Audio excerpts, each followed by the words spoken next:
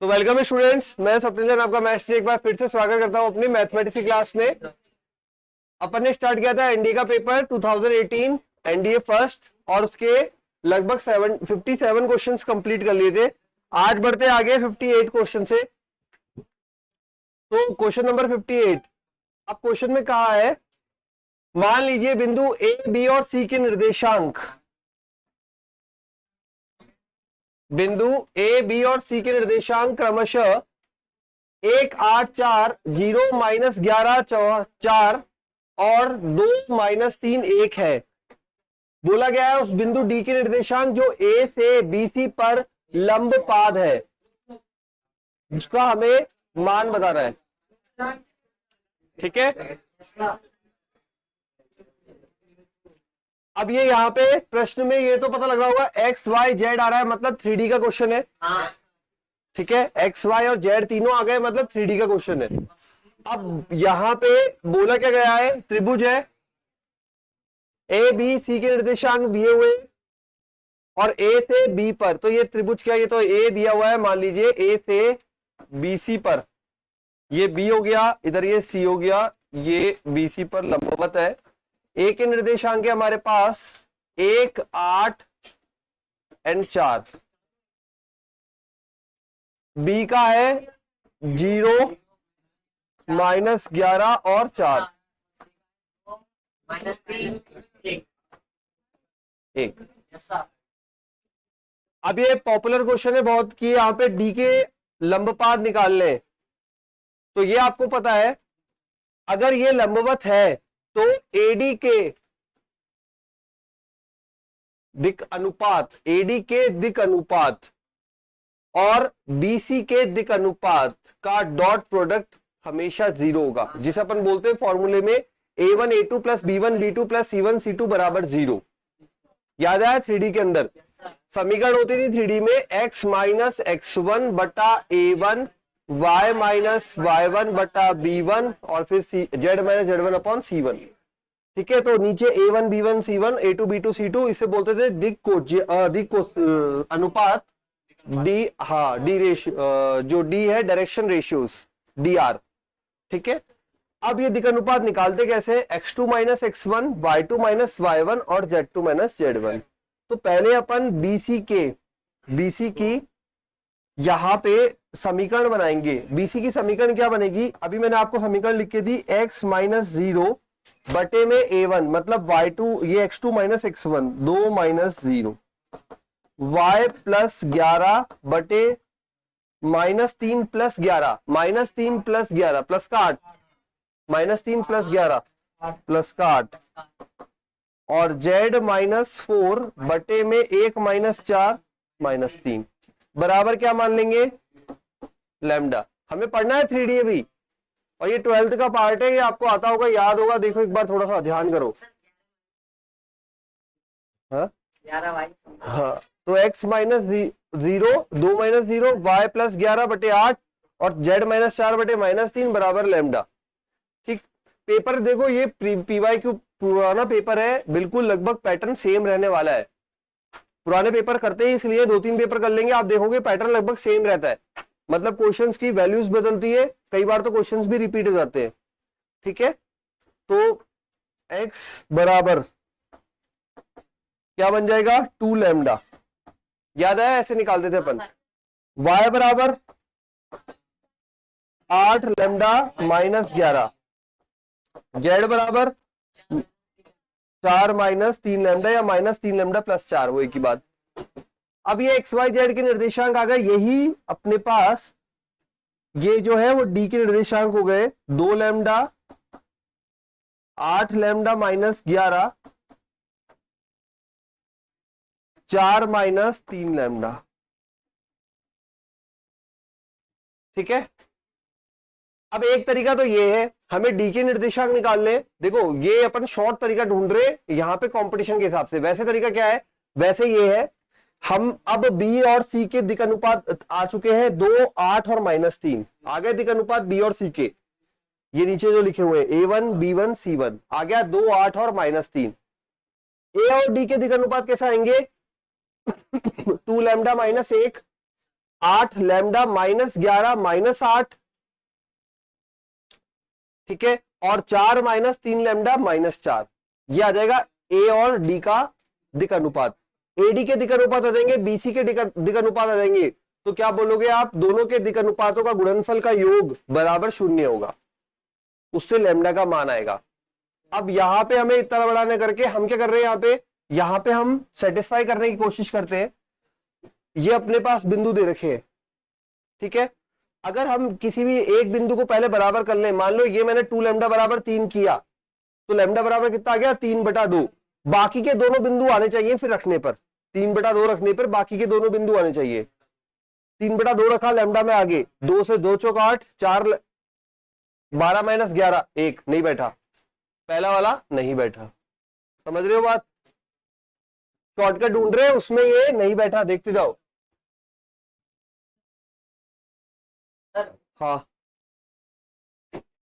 एक बार और, ओके, मैंने क्या किया, यहाँ पे डी के निर्देशांक तो लिखे हुए, मैं डी के निर्देशांक की तुलना करी, एक एक तुलना करी, तो पहले वाले को किया, पहले में 3 लिखा हुआ है, यहाँ पे हमारे पास 2 लैम्डा आ रहा है, इसका मतलब 2 लैम्डा बराबर 3, लैम्डा बराबर 3/2, 3/2 मैंने लैम्डा का अगले वाले में रखा, और अगर यही सेम आ जाए आगे के, तो इसका मतलब ये आंसर है, ये पहचानने का तरीका है, ठीक है। देख लेते हैं ऑप्शन सी मैच कर रहा है, चलो देख लेते हैं भाई, डायरेक्ट ऑप्शन सी मैच कर रहा है, तो सी पे आ गए, 2 लैम्डा बराबर 4, इससे बना 2 लैम्डा बराबर 4, लैम्डा बराबर 2, 2 आगे रखा, 8 दूनी 16 माइनस 11 5 बन रहा है, 4 माइनस 6 माइनस का 2 बन रहा है भाई, समझ गए ऑप्शन से कैसे मैच कराया, तरीका तो अपन सीखेंगे जब चैप्टर पढ़ेंगे, ऑप्शन से कैसे मैच कराना है, शॉर्ट में निकलना है, ठीक है। तो ये हमारा तरीका रहा, क्या कहा हमने, ए बनाया, बी बनाया, सी बनाया, डी के पॉइंट बनाया, डी बनाने के लिए हमने क्या किया, 3D की समीकरण लिखी, 3D कैसे पहचाना, एक्स वाई जेड 3 आ रहे हैं, इसका मतलब 3D है, 3D में समीकरण लिखने का तरीका होता है x माइनस x1 बटा x2 माइनस x1, ठीक है, ए भी बोलते हैं जिसे, y माइनस y1 बटा y2 minus y1, z minus z1 बटा z2 माइनस z1 बराबर लैम्डा लिया, एक्स वाई जेड आ गए, ठीक है, संतुष्ट करा के देखा, ऑप्शन आ गया थर्ड, आ गया समझ में। और मेथड के लिए अपन पढ़ेंगे जब चैप्टर तब देखेंगे, अब यहां पे भी अपन शॉर्टकट से निकलेंगे डायरेक्ट, ये बिंदु अगर समतल की समीकरण से गुजरते हैं तो ये बिंदु समतल को संतुष्ट करेंगे, तो बिंदु रख के देखो, तीनों संतुष्ट करेंगे, आप तो एक रख के देख लो कोई भी जो आपको इजी लग रहा है, मेरे को ये सबसे इजी लग रहा है जिसमें 0 आ रहा है, बाकी रखो कोई दिक्कत नहीं हो, तो कोई सारे संतुष्ट करेंगे, तो ये रख के देख लेते किसको संतुष्ट कर रहा है, जरा देखो, अब आप चेक कर लो कौन से में संतुष्ट कर रहा है, -5 -6 नहीं, पहले में हो रहा है क्या, -10 +12 2, पहले को संतुष्ट कर रहा है, दूसरे में देखो तो चेक कर लो, -10 -18 नहीं हो रहा, तीसरे में नहीं हो रहा, चौथे में नहीं हो रहा, ठीक है, जिस समीकरण में संतुष्ट करेंगे वहां पे, तो 4-5 क्वेश्चन तो ऐसे निकल जाएंगे, शॉर्टकट रास्ते से डायरेक्ट हो जाएंगे, ऑप्शन से डायरेक्ट हो जाएंगे, हो ही रहे, अगले पे चलते हैं, संतुष्ट कराने बस बिंदु, क्या क्या लिखा है ये, अगर कोई भी बिंदु से कोई भी आकृति गुजरती है तो इसका मतलब क्या होता है, संतुष्ट करेगी, चाहे सरल रेखा हो, चाहे कोई भी आकृति के बारे में बात की जाए, कोई भी ज्यामितीय आकृति के बारे में बात की जाए, अगर वो उससे गुजरती है तो उसको संतुष्ट करेगी समीकरण को, तो हमने ये समीकरण दे रखे थे बना के इसने क्वेश्चन में, तो हमने उसी को संतुष्ट करा के देख लिया, ठीक है। नंबर 60 आकाश, नंबर 60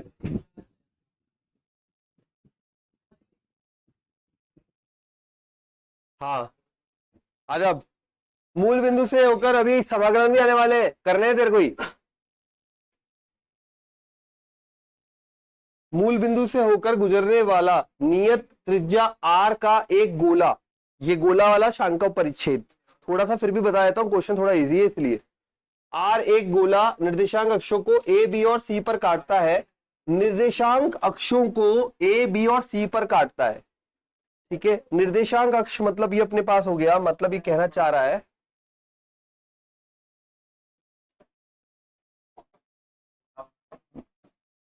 ये होते हैं निर्देशांक अक्ष, ये जो गोला है ना ये ऐसे काट रहा है, ठीक है, ए बी और सी पर। ये ए है, एक यहाँ पे बी है और ये सी है। अगर ये ए है तो ये एक्स की डायरेक्शन में है, तो ए 0 0, ठीक है। ये बी है तो 0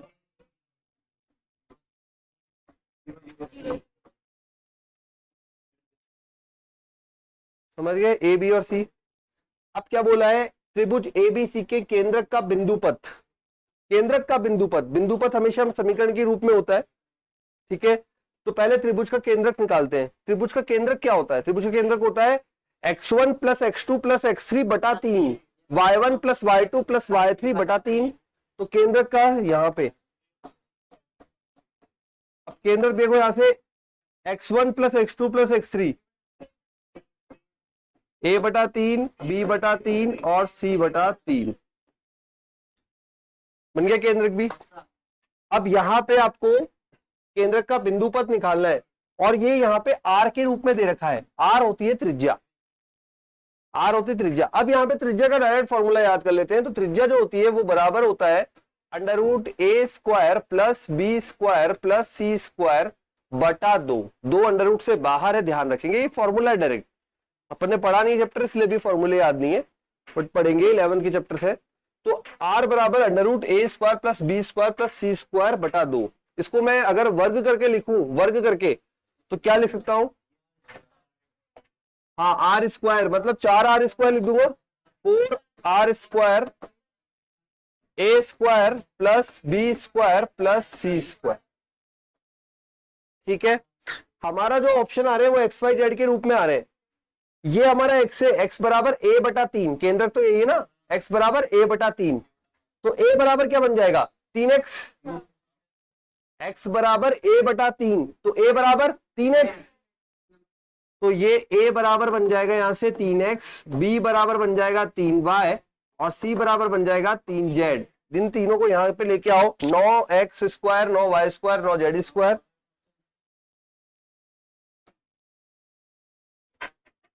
बन गया ना, 9x square 9y square 9z square. तीनों को यहां रखोगे, 9 कॉमन लोगे, x square plus y square plus z square बराबर में, ठीक है।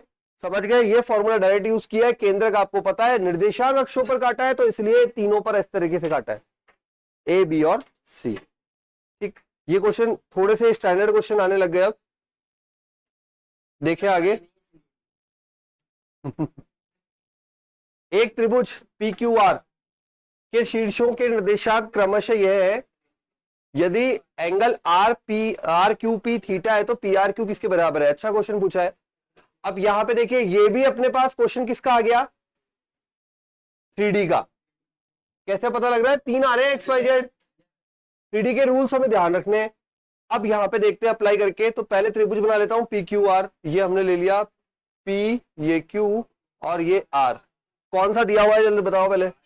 पहले तो P के निर्देशांक दिए हुए 1 माइनस 1 1, फिर Q के 2 और R के 2 एंड 6। यदि एंगल आर क्यू पी ये थीटा है, एंगल पी आर क्यू ये क्वेश्चन मार्क है, ठीक, किसके बराबर है, हमें ये पता लग जाए तो हमारा काम हो जाए।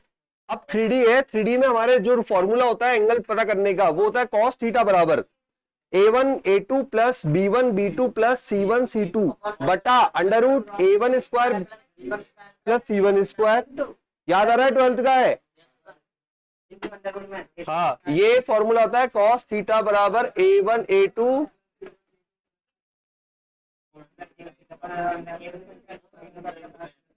यहाँ पे 1 वाले सारे वर्गों का योग और यहाँ पे b2 वाले सारे वर्गों का योग।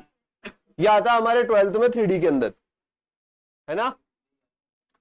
अब यहां पे ये देखते हैं, यहां वाला एंगल पता कर रहे हैं तो ये और ये चाहिए हमें, तो यहां वाला एंगल पता कर रहे हैं तो ये और ये चाहिए।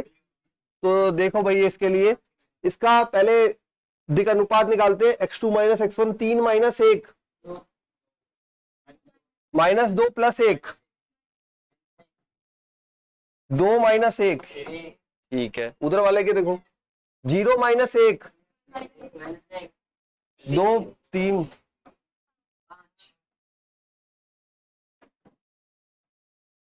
फॉर्मूले के अकॉर्डिंग दोनों को मल्टीप्लाई करके जोड़ना है। a1 a2 प्लस b1 b2 प्लस c1 c2 -2 -3 plus 5 0 cos theta में 0। इसका मतलब ये एंगल कितना हुआ,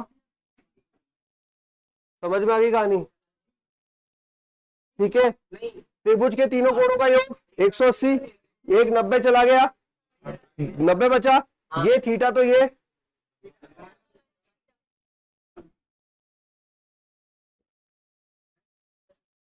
3D था, 3D में मैंने कोण का पता लगाया फॉर्मूले से पता लगाने के लिए फॉर्मूला लिख दिया।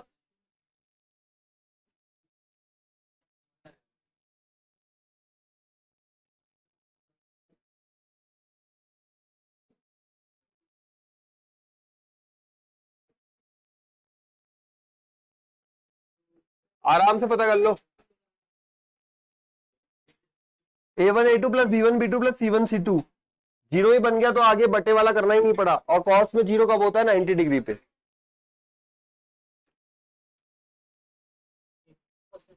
ठीक है,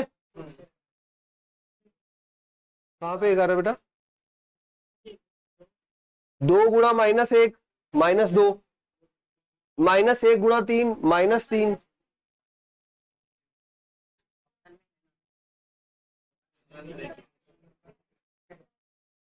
सरल रेखा के किसी बिंदु से 2 सरल रेखाओं पर पड़ने वाले लंबों की लंबाई है। बताओ कैसे करोगे? ये तो अपने भी है सरल रेखा, जी मेंस का सिलेबस है, बताओ, पढ़ा हुआ चैप्टर है।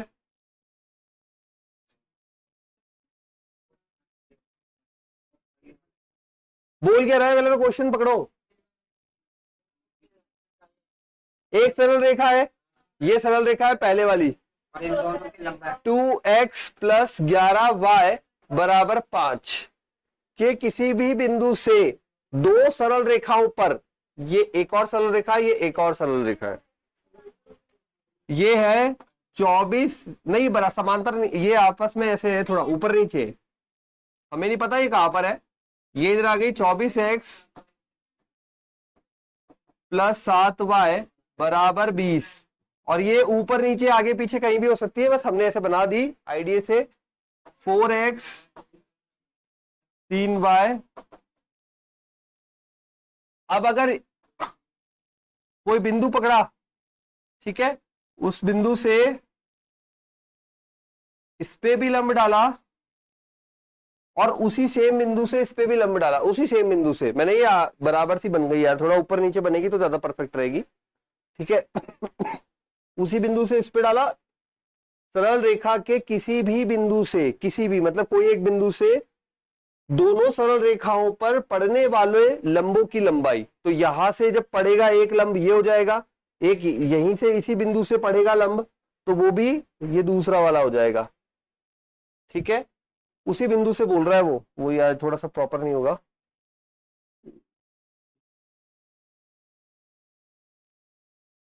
ठीक है, ये लो, ठीक है, ये प्रतीकात्मक चिन्ह बनेगा यहाँ पे, नीला ही है, उसी बिंदु से दूसरा लंब डाला अपन ने। अब ये बोल रहा है कि भाई लंबाइयां इसकी 12 और 4 है, 11 और 5 है, बराबर नहीं है, हमें नहीं पता अभी क्या हिसाब से। अब हम कैसे करेंगे? हम क्या करेंगे, कोई भी एक बिंदु लेंगे इस सरल रेखा पर, ले लिया एक बिंदु। कैसे लोगे? बिंदु निकालने का तरीका, या तो x बराबर 0 करो, y निकल आएगा, बिंदु बन जाएगा, या फिर y बराबर 0 करो, x निकल आएगा, बिंदु बन जाएगा। निकाल दो बिंदु भी, बोलो क्या करूं, किसको 0 करूं? y बराबर 0 कर दिया, चलो ये आ गया बिंदु। अब इस बिंदु से इस सरल रेखा की दूरी निकालो, लंबवत दूरी, फॉर्मूला है हमारे पास। इस बिंदु से इस सरल रेखा की लंबवत दूरी निकालो और देखो इनमें से कौन सा ऑप्शन मैच कर रहा है। दूरी निकालने का सूत्र क्या होता था? ax1 plus by1 plus c1 बटा √a² प्लस b²। बहुत काम आने वाला सूत्र था, लिखवाया था सरल रेखा में। ठीक, तो ये 5/2 से संतुष्ट कराया तो ये बन जाएगा, दूरी देखो इस वाले से निकाल रहे हैं, 24 गुणा 5/2 प्लस 0 बटा अंडर रूट 24 का स्क्वायर प्लस 7 का स्क्वायर, 24 का और 7 का जोड़ा बनता है 25, 625 बनता है, मतलब 25 बन जाएगा। और ये आ जाएगा 2 से ये काटा 12 पंजे 60, तो 40/25, ये तो आ रहा है 8/5। अब दूसरे वाले से निकालते हैं, इसी बिंदु से इसके लिए निकालते हैं, सेकंड वाले के लिए यहां निकाल रहा हूं। ये रखा 5/2 गुणा 4 -0 -2 16 + 9,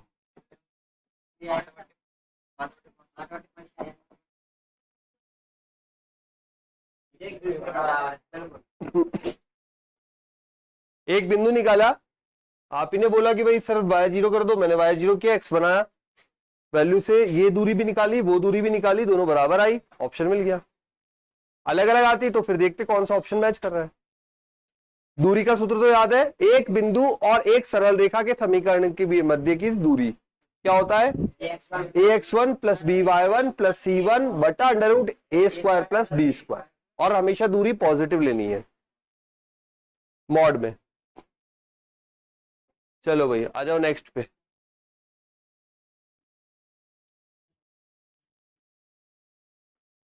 ये क्या है,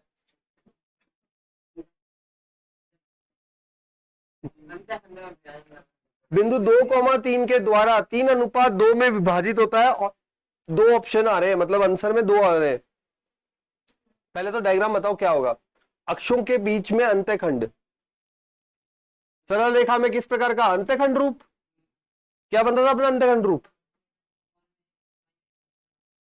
यही बनता था, याद आ गया। अब यहां पे ये बिंदु हमारे पास बोला है 2,3 है भाई, 2,3, ये जो बिंदु है ना ये 3:2 में बांट रहा है। अब क्या है, किसी के लिए 3:2 ये है और किसी के लिए 3:2 ये है, मतलब यहां 3 यहां 2, समझना। किसी के लिए 3:2 ये है और किसी के लिए 3:2 जो है वो 3:2 है, इसलिए दो आंसर आ रहे हैं। ठीक है, एक आंसर मिलेगा इस वाले अनुपात से और एक आंसर मिलेगा इस वाले अनुपात से। अब ये आपको पता है बिंदु कितने होते थे, a,0, और ये एक बार 3:2 ये वाला लेके निकाल लो, एक बार ये वाला लेके निकाल लो, तो a और b का मान निकाल लेते हैं इसकी सहायता से। तो देखो x वाला अक्ष, पहले ये वाला ले रहा हूं मैं ग्रीन वाला, तो ग्रीन वाले के लिए ग्रीन वाला यूज कर लेता हूं। तो 2 बराबर 3a, ठीक है, 3a 2b, अरे ये क्या किया, 3a + 0 बटा 5, ये बन जाएगा 10, a बराबर 10/3, आ रहा है क्या। अब b का निकालते हैं, b के लिए क्या होगा, b के लिए बोलो, 3 बराबर 2b/5, 15/2, तो बन जाएगा 3x/10, y तो 2b/15 बराबर 1, x/a + y/b रखा है, x/a + y/b बराबर 1, प्लस अप आएगा 30 आएगा तो 3, 9x 2 तो 4y, है क्या ऐसी समीकरण, देखो भाई 9x + 4y बराबर 30, ये आ रही है पूरी सेम, तो फिर अगला वाला यही बनेगा।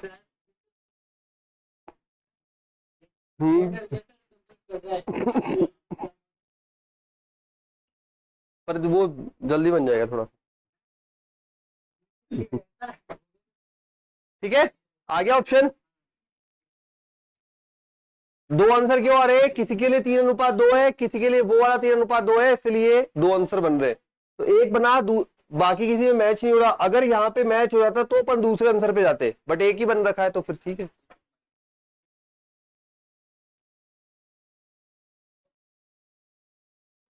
देखो प्रैक्टिस के लिए करा रहा हूं तुम्हारे क्वेश्चंस कि जिससे आपको रिवीजन भी हो जाए और प्रैक्टिस भी हो जाए, इसलिए सिंसियरली क्वेश्चंस करो। नहीं तो मेरा सिलेबस रोक के मैं पहले सिलेबस कराता।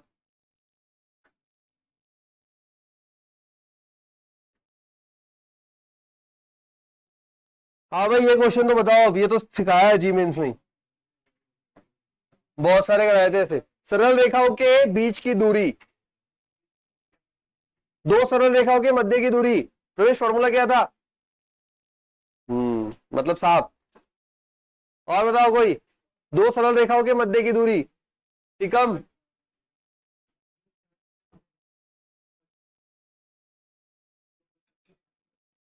साफ नहीं,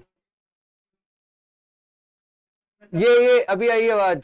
C1 माइनस C2 बटा under root A² plus B²। दो सरल रेखाओं के मध्य दूरी, और सरल रेखा है हमेशा x और y के गुणांक सेम बनेंगे, हमेशा सेम बनेंगे। तो पहले सेम बनाओ, ये बनेगा 6x,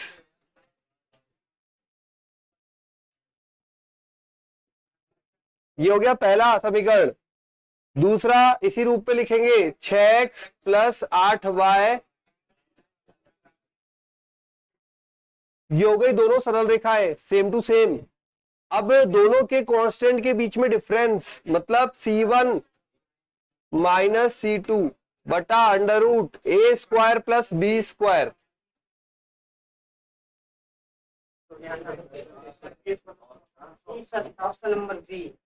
15 18 माइनस का 3 में दूरी हमेशा पॉजिटिव होती है।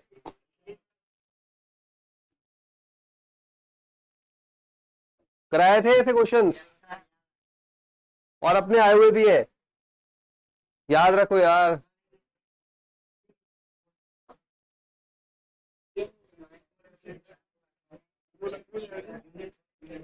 उस गोले का समीकरण क्या है जिसका केंद्र और त्रिज्या 6 यूनिट है? अब यहाँ पे रिवर्स चेकिंग करते हैं अपन, हालांकि हमने भी चैप्टर नहीं पढ़ा है, फिर भी मैं रिवर्स चेक करना सिखा देता हूं आपको। मैंने आपको सिखाया था वृत्त का केंद्र निकालना। क्या सिखाया था? x गुणांक का आधा चिन्ह बदलकर, x गुणांक का आधा चिन्ह बदलकर। सेम गोले में क्या होगा? XYZ 3 होंगे, XYZ 3 होंगे। तो यहां पे केंद्र निकालते हैं, x गुणांक का आधा चिन्ह बदलकर, x गुणांक के 4, 4 का आधा 2 चिन्ह बदलो -2, ये बन सकता है, ये नहीं बनेगा, ये नहीं, ये बन सकता है और ये बन सकता है। 3 तो फिल्टर हो गए, एक तो हट गया। समझ गए क्यों हट गया? अब आ जाओ दूसरे पे, y के गुणांक का आधा चिन्ह बदलकर, -6 का आधा -3 चिन्ह बदला +3, +3 ये बन रहा है, ये बन रहा है, ये हट गया। हट गए ना, फिल्टर होते जा रहे। अब ये दोनों सेम है। अब मुझे त्रिज्या निकालनी है। त्रिज्या के लिए फॉर्मूला होता है, हाँ मतलब x गुणांक का आधे का, तो यहाँ पे x गुणांक के आधे का मतलब ये बोल दो, ये 2 का स्क्वायर 4 प्लस 3 का स्क्वायर 9, ये ले रहा हूं मैं केंद्र, केंद्र आता है plus minus constant, constant value, constant यहाँ पे 7 है और यहाँ पे 4 है। अब आपको पता है या तो ये है या ये है, तो मैं एक बार 7 वाला चेक कर लेता हूं, या तो ये होगा या नहीं निकलेगा। तो -7 बनेगा, -7।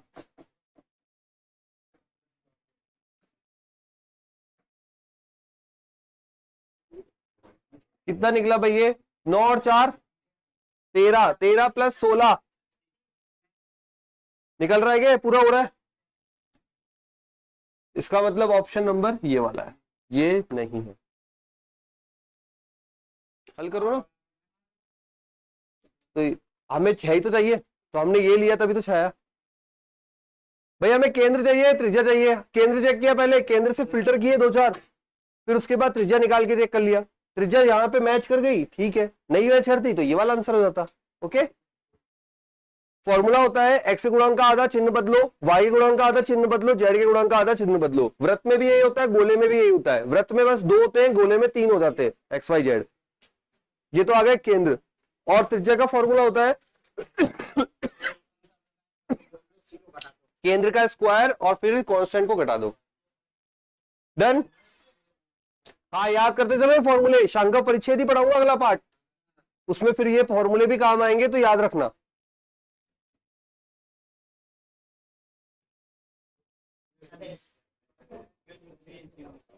सब आ रहा है, देख लो। यदि ए और बी, ए क्रॉस बी दिया है हमें, ए क्रॉस बी, ए क्रॉस बी का फॉर्मूला, ए क्रॉस बी का फॉर्मूला पढ़ा होगा। ए का परिमाण एन के पढ़ा है, लेकिन मैंने यहां पे मॉड कर दिया, एन के का काम खत्म हो गया। एन के दिशा बताता है, मैंने मॉड कर दिया तो यहां पे खत्म हो गया उसका काम। अब यहां पे देखते हैं, आंसर बता रहा है क्या तू? अनुज, ए क्रॉस बी का यहां पे परिमाण निकालते हैं। क्या आएगा? परिमाण निकालना आता है सबको? बोलो। 9, 4 और 6 36, 9 और 4 16, नहीं 15, 9 और 4 13, 13 प्लस 36 49, 7। यह आ गया 7। ए का परिमाण 2,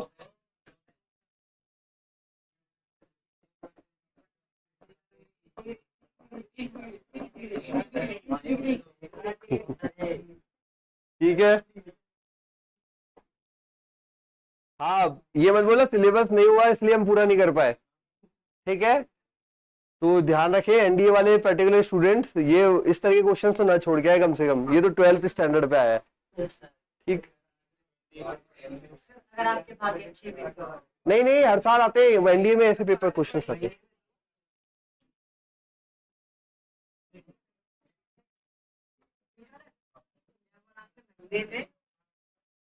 हाँ, एनडीए में हर साल ऐसे आते हैं कुछ ना।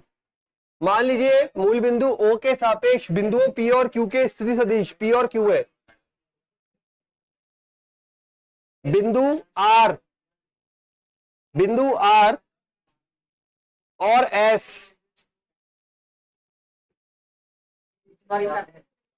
बिंदु आर और एस पी क्यू को आंतरिक और बाह्य रूप से क्रमशः, आपको पता हो तो इसमें भी विभाजन सूत्र यूज में आता था, इस चैप्टर में भी विभाजन सूत्र जैसे वहां था वैसे ही काम करता था।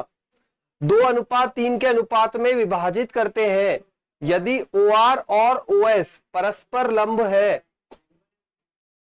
तो निम्नलिखित में से कौन सा सही है?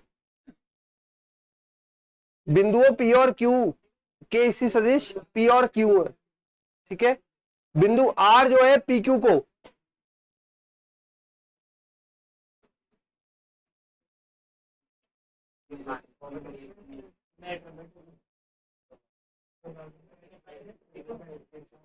कहा है भाई R? हाँ, मतलब थोड़ा सा साइड में हो गया। 2:3 आंतरिक और बाह्य अनुपात में। पहले एक बार आंतरिक और एक बार बाह्य।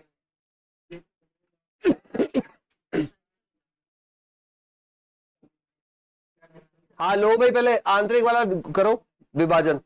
आंतरिक विभाजन में क्या होता है? 2Q प्लस 3P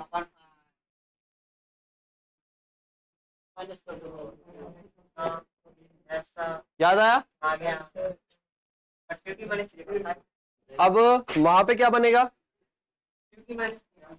2Q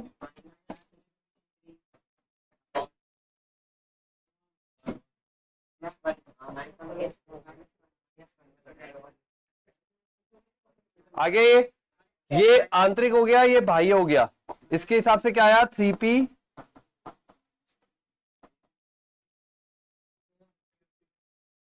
और यहाँ पे भैया -1 है ना, उल्टा कर दिया माइनस के हिसाब से, और यहाँ पे सिंपल रहने दिया। अब बताओ क्या करें? परस्पर लंब है तो क्या करना है? क्या करते थे इसमें लंबवत के लिए? सदिश है, सदिश में बताओ भाई, पेपर देने जाने वाले हो। सदिश चैप्टर में लंबवत के लिए क्या कंडीशन यूज करते थे? हाँ, ए डॉट बी। फिर अब ये तो सदिश बराबर 0, तो देखो कौन सी कंडीशन सेटिस्फाई हो रही है।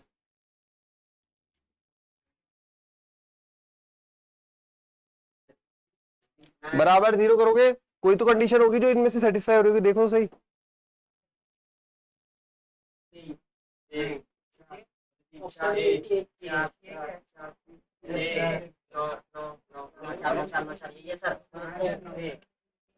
नहीं मिला। लंबवत की कंडीशन थी a1 a2 प्लस b1 b2 प्लस c1 c2 बराबर 0, यही बनती है। अब अगर अपन ये बाह्य अनुपात या आंतरिक अनुपात, किसी भी एक अनुपात को यूज करते हैं अपन, ठीक है। अब अगर यहां पे देखें तो ये 0 में जाएगा और 2q बराबर माइनस का 3p हो जाएगा। अगर 0 में बनता है तो बनेगा ऐसा, 2q बराबर माइनस का 3p, ठीक है। तो ये बनाएगा 4q स्क्वायर बराबर 9p स्क्वायर, 0 में जाएगा तो ये बना 2q बराबर माइनस 3p बराबर 0 किया बेटा, बराबर 0 किया, ये 0 में गया, ये उधर गया, ये बनाया, दोनों तरफ वर्ग करोगे तो क्या बनेगा? बन रहा है। इस वाले में भी देखो, 0 करोगे उधर भेजोगे, 0 करोगे उधर भेजोगे, तो क्या बनेगा? 3p बराबर 2q, वर्ग करोगे तो कौन सा बनेगा? ठीक है,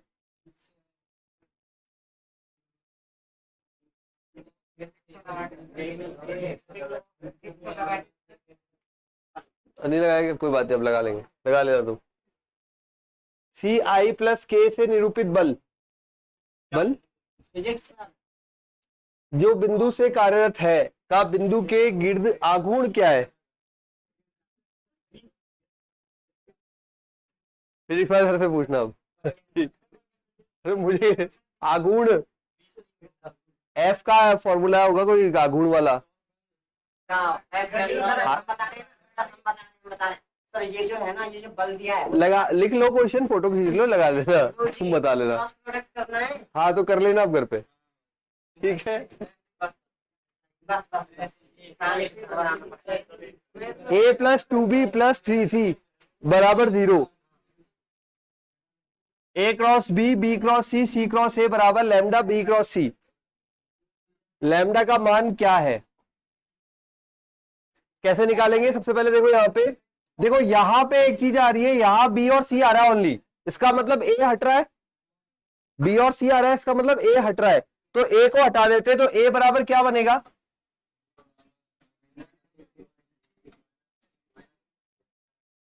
ठीक है, माइनस 2b वेक्टर, वेक्टर की फॉर्म में, माइनस का 2b vector minus 3c vector, ये a का मान यहां जमाता हूं तो क्या बन जाएगा इससे? माइनस का 2b वेक्टर माइनस का 3c vector cross b plus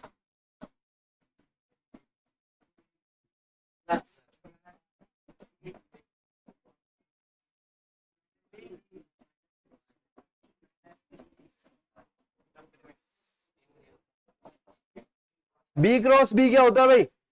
0। Cross product में सेम 0 होते हैं, b क्रॉस b 0। यहां पे हो गया -3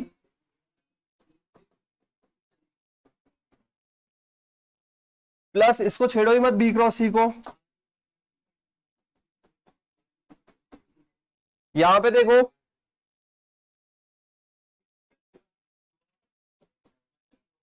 -2 c क्रॉस b,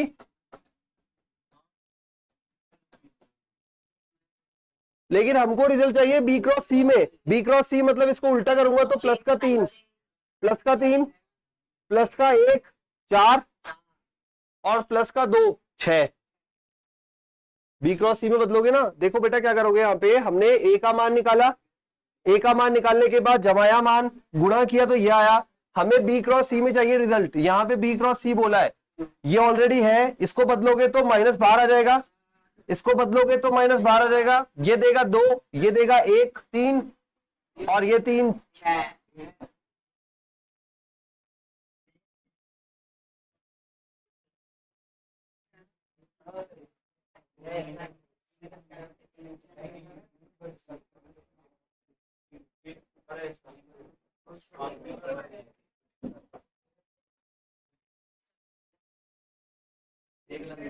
यदि सदिश एक दूसरे के समांतर है तो के क्रॉस ए, समांतर है तो क्रॉस में क्या होता है, 0 sign 0 0।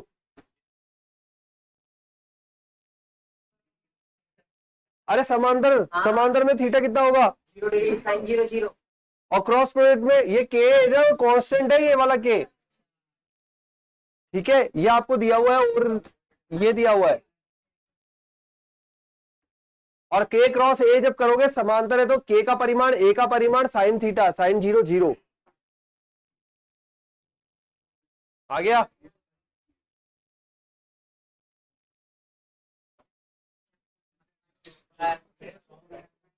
Mod of x plus 1 के द्वारा परिभाषित है, कौन सा सही है,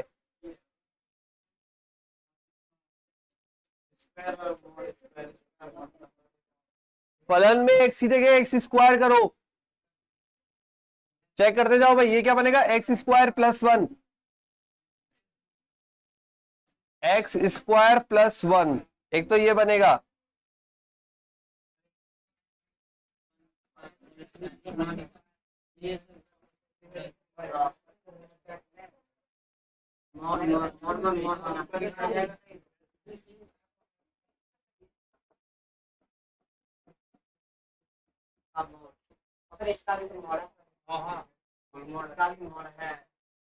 हाँ तो मतलब नहीं है ना, मतलब वो चीज अलग हो गई, ओवर मिला के ओवरऑल बात ये है कि कटेगा कहाँ, f of x plus y, x plus y मतलब ये तीनों रखने पड़ेंगे, तो एफ एक्स नहीं आएगा, उसमें क्या होगा बेटा, इसमें देखो क्या होगा, f of x plus y का मतलब हो गया यहाँ पे एक्स प्लस वाई, तो यहाँ भी एक्स प्लस वाई, मतलब लेफ्ट साइड बनेगी mod of x plus y plus 1। अब राइट साइड में आओ, f of x mod of x plus 1 plus mod of y plus 1, ये बराबर कैसे हो जाएंगे, नहीं समझ गए, अरे हर बार ये लिखा हुआ है एफ ऑफ एक्स स्क्वायर, मतलब एक्स की जगह एक्स स्क्वायर रखा, और यहां पे बोला है एफ ऑफ एक्स स्क्वायर, मतलब एफ ऑफ एक्स का स्क्वायर कर दिया, क्या दोनों बराबर है, नहीं, यहां दोनों बराबर है, नहीं, यहां दोनों बराबर है, नहीं, तो प्रूफ में से कोई नहीं, ठीक, परिसर, हाँ बता दो भाई, सेम है,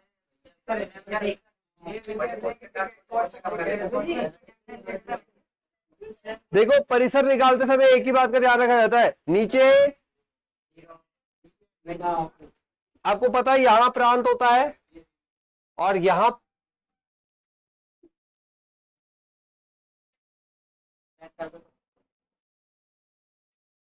नहीं यार, ठीक है, ये प्रांत और इधर भी परिसर, ये तो याद है, इधर ये प्रांत होता था,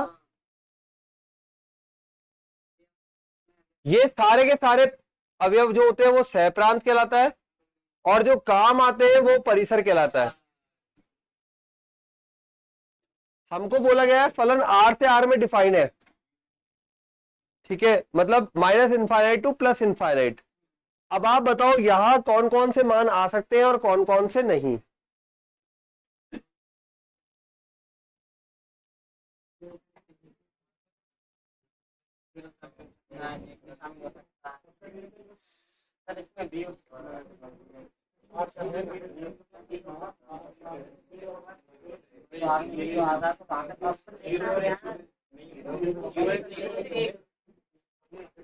जीरो से एक तो आ रहा है सब में,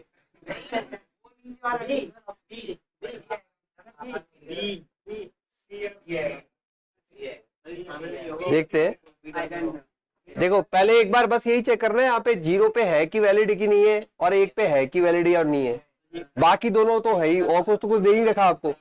जीरो रखा, जीरो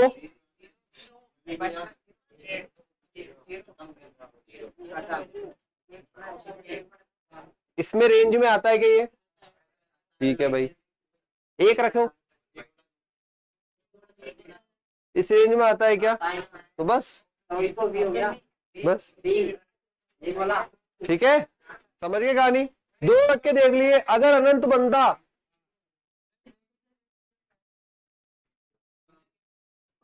क्या बेटा ये ब्रैकेट में? अच्छा मतलब नहीं समझा। छोटा ब्रैकेट जो होता है ना, छोटा ब्रैकेट, इसका मतलब यह अगर ये लिखा है तो जीरो और एक के बीच की वैल्यू होगी, जीरो शामिल नहीं होगा, एक शामिल नहीं होगा। और अगर जहां ये बड़ा ब्रैकेट लगा दिया, जीरो शामिल होगा, एक शामिल नहीं होगा, एक शामिल नहीं होगा, और एक पे भी बड़ा ब्रैकेट लगा दिया तो एक भी शामिल हो जाएगा। शामिल और बिना शामिल का मतलब है, ठीक है?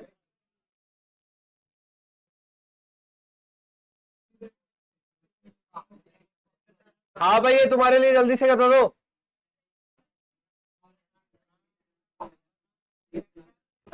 अरे करने की जरूरत नहीं है यार, मौखिक है, देख अच्छे से देख, मौखिक है।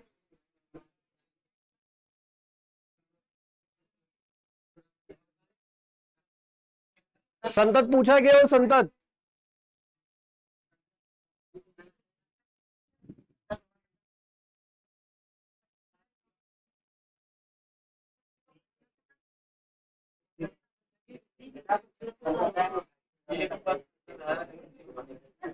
अरे सर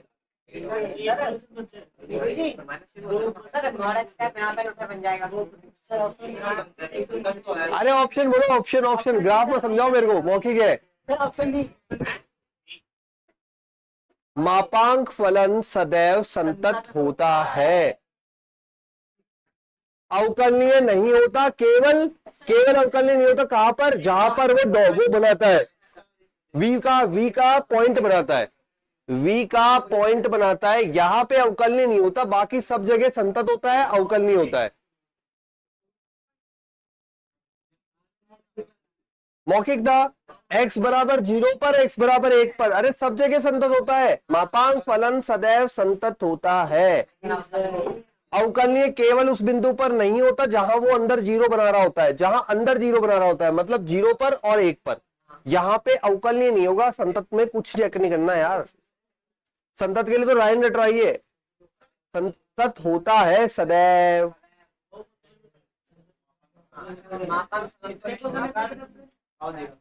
अब आ जाओ इस पे, x square ln of x mod x, और बोला है विचार करना है इस पे, एफ डैश ऑफ 0 किसके बराबर है। अब जब यहां पे बोला एफ डैश ऑफ 0 किसके बराबर है, तो एफ डैश निकाल के देख लेते हैं। निकालना तो वैसे भी पड़ेगा, एफ डैश निकालना है तो, ठीक है? तो एफ डैश निकालते हैं, एक्स स्क्वायर का 2x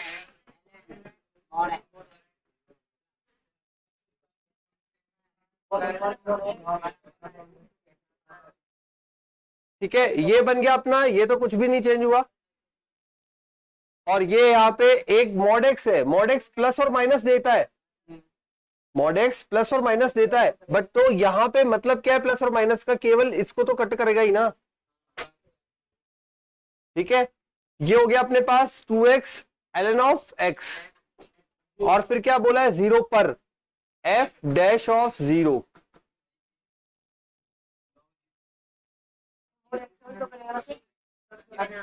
क्या नहीं, जरूरत नहीं है, यहाँ पे मॉडल में ही है वो, क्योंकि कट रहा है ना डायरेक्ट, इसलिए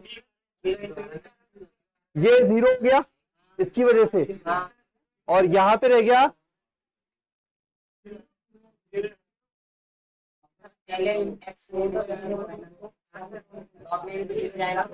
लॉग में, मॉड में 0 जाएगा, लेकिन पहले ही एक्स इसको 0 कर देगा। हाँ क्योंकि, हाँ बिल्कुल, क्योंकि यहाँ पे 2x है ना बेटा, डिफरेंशिएशन किया हुआ, ये पहले 0 कर देगा इसको। और दूसरा तरीका, x बराबर 0 पर क्या दिया हुआ है फलन,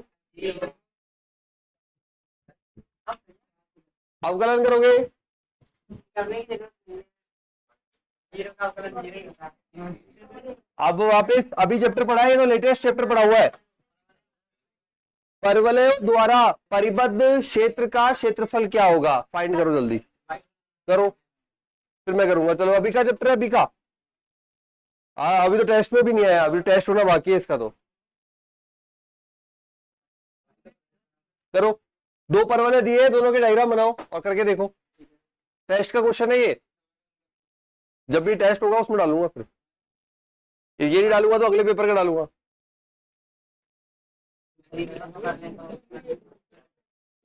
लीक कर दिया।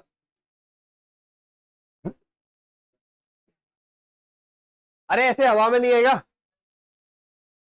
यार, इतना बड़ा ग्राफ है यार, ऐसे थोड़ी हवा में। दो परवल है बिल्कुल, हाँ दो परवलों के मध्य है, तो ये वाई स्क्वायर है। नहीं वो थोड़ी है, वो अपना था वाई स्क्वायर बराबर 4x और एक था एक्स स्क्वायर बराबर 4by।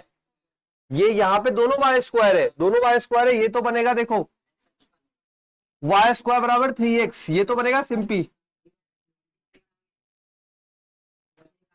और अगला वाला बनाओ, अगला वाला देखो वाई एक बार एक्स बराबर एक पर बनेगा, एक्स बराबर एक पे खिसक जाएगा।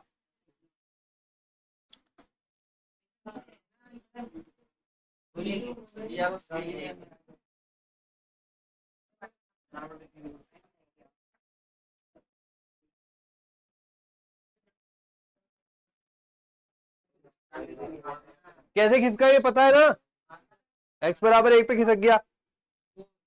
अब ये खिसक गया तो पहले कटान बिंदु पता कर लो। अब ये बताओ मुझे, आप अगर इसका क्षेत्रफल ज्ञात कर रहे हैं इन दोनों के मध्य का, तो ये वाला भाग होगा, इसमें आप x से पढ़े या y से पढ़े, y से ही पढ़ेगा ना, ठीक है। तो अपन क्या करते हैं, यहां से यहां तक का पढ़ लेते हैं y में और 2 से गुणा कर देते हैं।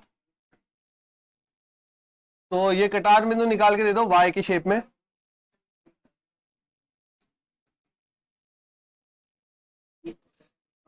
दो गुणा 0 से आप पता लगाएंगे y की लिमिट, यू पढ़ेंगे अपन। परवलय बनाने का तरीका तो पता है, परवलय बनाया, पहला वाला परवलय है वाई स्क्वायर बराबर 3x, लाल वाला वाई स्क्वायर बराबर 3x, भूल गए क्या। और वाई स्क्वायर बराबर 6x माइनस वन की वजह से x बराबर एक पे खिसक गया, वो बन गया। y बताओ मुझे, तो y की लिमिट चाहिए मुझे। x बराबर 2 बोला आपने, x बराबर 2, 3 दूनी 6, ये बन रही है फिर y की लिमिट। तो कटान बिंदु निकालते ना दोनों को हल करके, ठीक है। तो क्या बनेगा, अच्छा आगे वाला वक्र माइनस पीछे वाला वक्र लगेगा इसमें, आगे वाला वक्र माइनस पीछे वाला वक्र, आगे वाला वक्र ब्लू वाला, ब्लू है ये वाला। और हमें निकालना क्या है, यहां से x निकालना पड़ेगा, वाई स्क्वायर बराबर 6x माइनस 6। नहीं पहले यहां तो करो, हाँ मतलब हाँ वो निकालो, घटान बिंदु निकाल लिए। ये बताओ अब इसका x क्या बनेगा, वाई स्क्वायर प्लस 6 बटा 6, वाई स्क्वायर प्लस 6 बटा 6 माइनस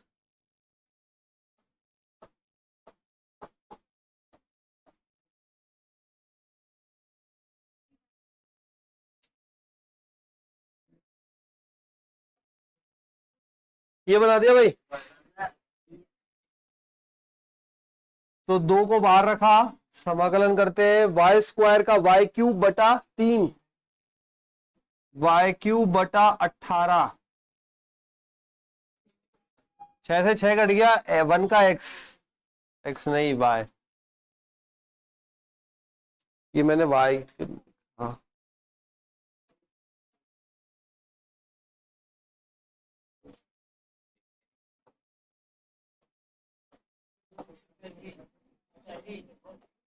देखते हैं बेटा, रखे √6 रखा। अरे ये तो सरल हो गया,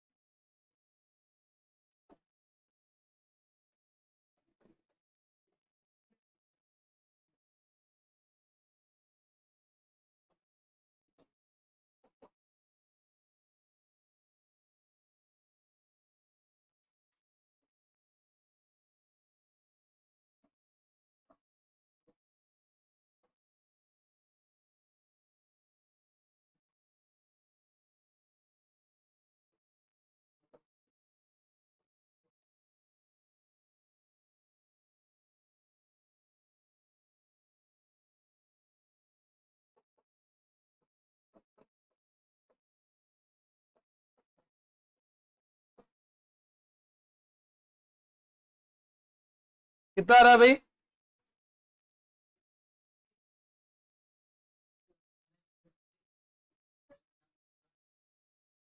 मैंने गलती कर दी है कहीं? 2√6/3 नहीं 4√6/2 सी आ रहा है। यही किया आपने भी? देखो एक बार चेक करो समाकलन में कहीं गलती तो नहीं हो गई। मुझे नहीं पता ना। नहीं ऐसा नहीं है, नहीं मैच तो करें। 2 इधर चल रहा है।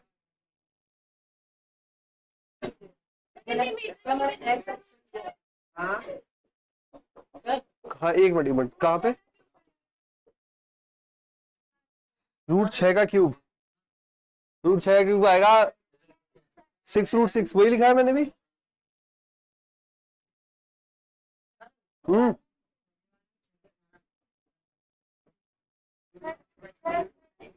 नहीं ये मैंने क्या किया, ये √3 आएगा, सही आ रहा है, सी आएगा। ये आ रहा है, फिर क्या कर रहा है? y³/18 minus y³/9, y³/18 minus y³/9, दोनों का लिया 18, ये y³ माइनस 2y³ माइनस का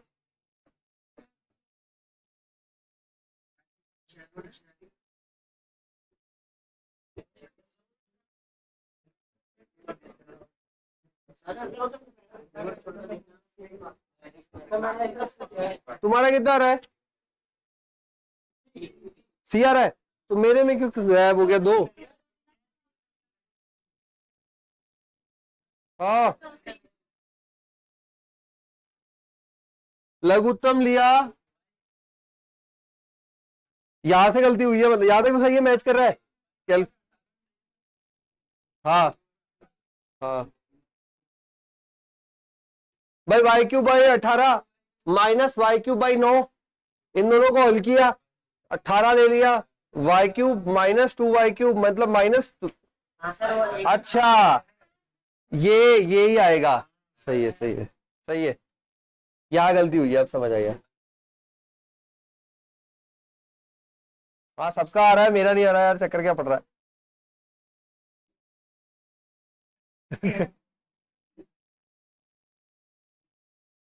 वो हो गया ना, ऑप्शन में है सर।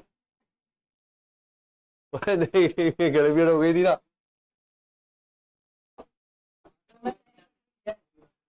2 18, ये 18√6, 18√6 को हल किया हमने, 18 माइनस 6 12,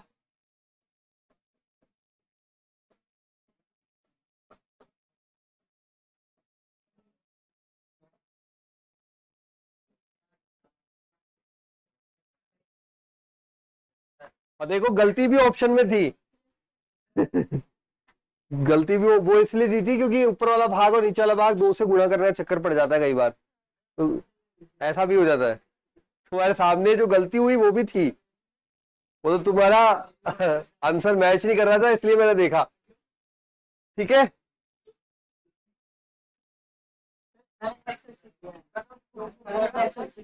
आंसर ये आएगा, करो कैसे भी,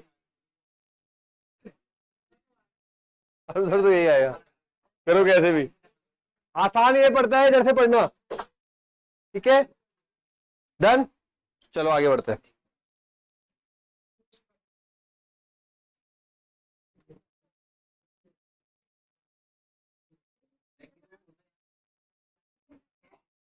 हाँ ये कल के पेपर के लिए क्वेश्चन,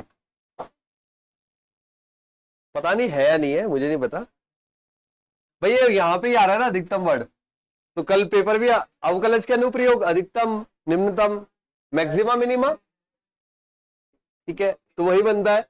अब क्वेश्चन देखो किस प्रकार से बोला है, एक समलंब की 3 भुजाएं बराबर है, ये ना एक साथ एक पैराग्राफ देता है, उसके बाद 2-3 क्वेश्चन पूछता है, तो 7.5 नंबर का जुगाड़ होता है एक साथ, एक ही क्वेश्चन से सब बनते चले जाएंगे, अभी देखना। एक समलंब की 3 भुजाएं बराबर है और इनमें से प्रत्येक की लंबाई 6 सेंटीमीटर है। मान लीजिए संलग्न भुजाओं के एक युग्म के बीच का कोण है अल्फा। ठीक है, फिर बोला है यदि समलंब का क्षेत्रफल, तो वो आगे की बात है, पहले अपन देख लेते हैं समलंब कैसे बनता है, क्या होता है, फिर इस क्वेश्चन को पढ़ने की कोशिश करते हैं। करें तो देखो समलंब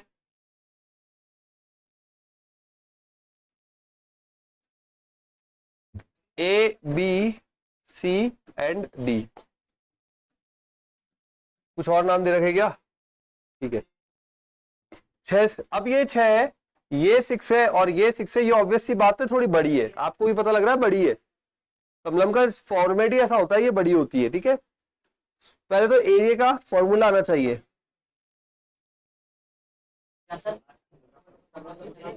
हाँ बोला किसी ने अभी थोड़ा सा, 1/2 समांतर भुजाओं का योग,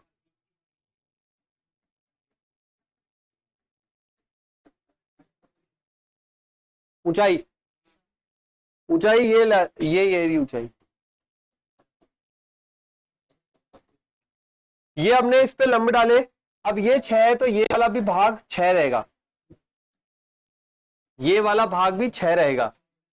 ठीक है, ये 6 है तो ये भी 6 रहेगा, लेकिन ये कुछ और होगा तो ये हमने मान लिया x है।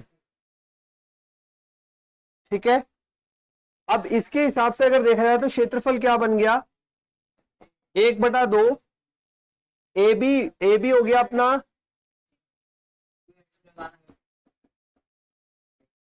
है ना, दोनों को जोड़ दो, और h हाइट लानी है, हाइट मतलब ये हो गया सी डी, ये ले लिया ई, डीई जो है वो है ऊंचाई, डीई, डीई को मैं लिख सकता हूं अंडर रूट कर्ण का स्क्वायर, सही है ना, ये h,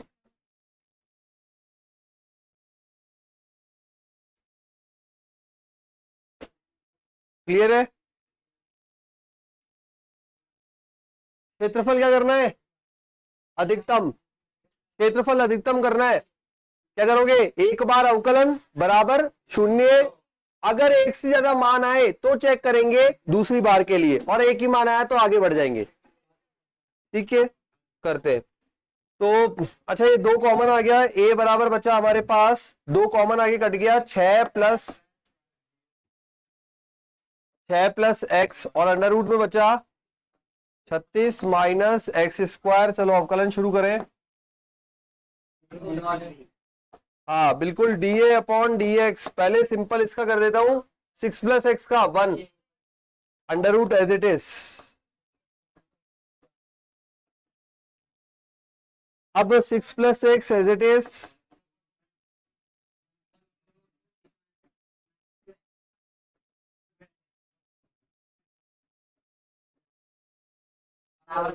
बराबर 0, ये इधर जाएगा और फिर 0 में चला जाएगा, ये इधर जाएगा तो बनाएगा 36 minus x square minus 6x, minus का एक्स स्क्वायर,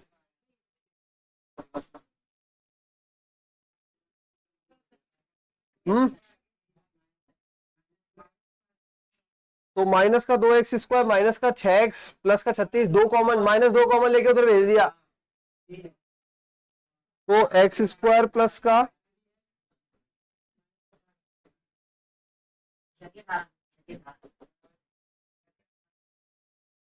18, तो ये बनेगा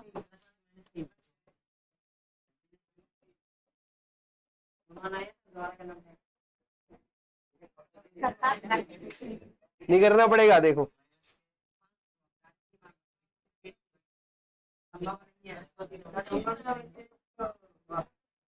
x बराबर -6, लंबाई नेगेटिव नहीं होती, तो ये नॉट वैलिड हो गया, x बराबर 3 वैलिड हो गया, x बराबर 3 आ गया भाई। पूरा कल के टेस्ट वाला क्वेश्चन है, पूरा वैसा का वैसा है, कल के टेस्ट वाला क्वेश्चन है, देख लो ना, कल अवकलज का अनुप्रयोगी तो हो रहा है पूरा, कल वाला तो नहीं डाला अभी पेपर अब आया था, अब देखा था। अगर पेपर पहले बना मतलब अभी बनाया नहीं होता तो फिर पक्का डाल देता। अब बना दिए, हो गए। नहीं डाला पेपर, तो अभी देखा है, पेपर बना दिया। ठीक है भाई, अब बताओ। अरे इधर देखो, ये तो 90 डिग्री होता है, ये अल्फा हो गया। अल्फा का मान निकालना है आपको। ये है आपके पास कर्ण, और ये है आधार। कर्ण और आधार का जोड़ा cos थीटा। cos थीटा क्या बनता है भाई? cos अल्फा बराबर आधार बटा कर्ण। आधार देखो 3,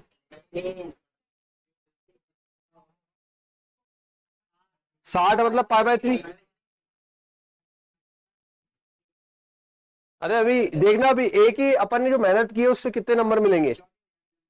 यदि समलंब का क्षेत्रफल अधिकतम है तो चौथी भुजा की लंबाई, चौथी भुजा की लंबाई 6 + 3 + 3। Option D. समलंब का अधिकतम क्षेत्रफल, क्षेत्रफल नहीं, हाँ? बस रख दो यहाँ पे। क्षेत्रफल बराबर 6 + 3 9, 36 - 9। अरे 36 - 9 27। क्या कर रहा है यार तू?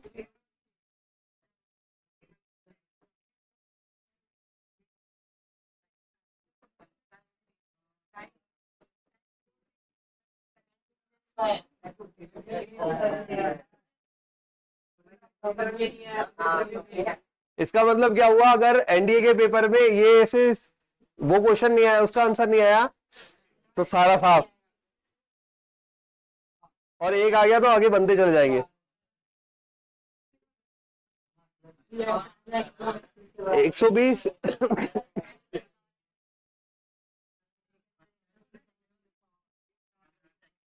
बस बस बस, ये या तो आईलेट लगाएंगे और फिर आई मानकर उधर शिफ्ट करेंगे, या फिर आपको डायरेक्ट एक फॉर्मूला बताया था, e⁻ax sin bx। हाँ, उसके बाद आगे बोल, a sin bx सही है। e⁻ax upon a² + b²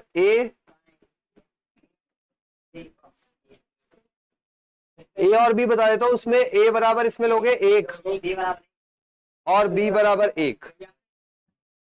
a बराबर 1 और b बराबर 1। फॉर्मूला लिखवाया था मैंने। अभी देखो ये क्या बन जाएगा, यहां से e⁻, upon 1/2 sin x - cos x।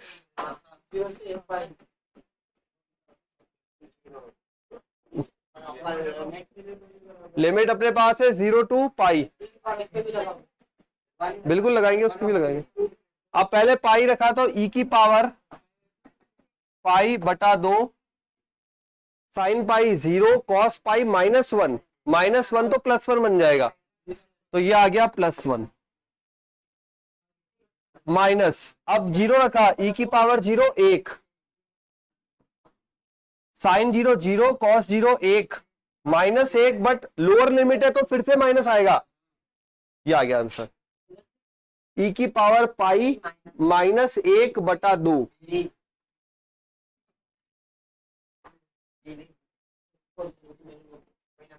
यदि f(x) बराबर संतत है तो निम्न में से कौन सा सही है? अब ये तो बताओ यार। सर कोई जीरो की वैल्यू 0 है ना, और इधर माइनस है तो माइनस माइनस प्लस हो गया ना। हाँ सर अरे हाँ, माइनस प्लस हो गया। प्लस प्लस का आएगा ना? नहीं, हमने क्या किया,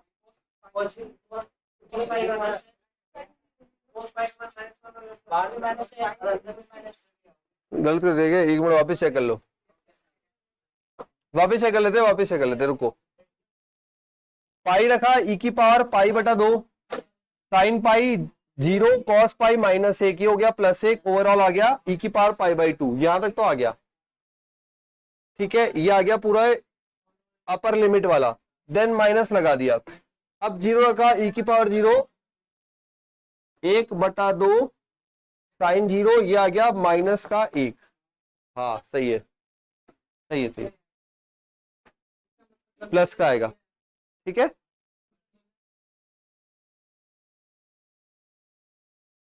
माइनस प्लस का पूरा आराम से ध्यान रखें। अब बताओ भाई इसका।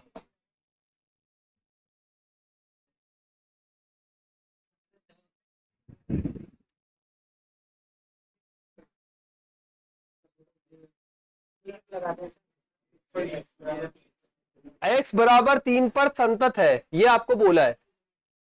x बराबर 3 पर संतत है, ये हमें बोला गया है प्रश्न में। अब अगर संतत है तो पहले चेक कर लेते हैं। 3 रख के 9 माइनस 9 0, 3 9 माइनस 3 दूनी 6, ये 9। तो इसका मतलब लॉपिटल रूल 0/0, मतलब लॉपिटल रूल। ऊपर बनेगा 2x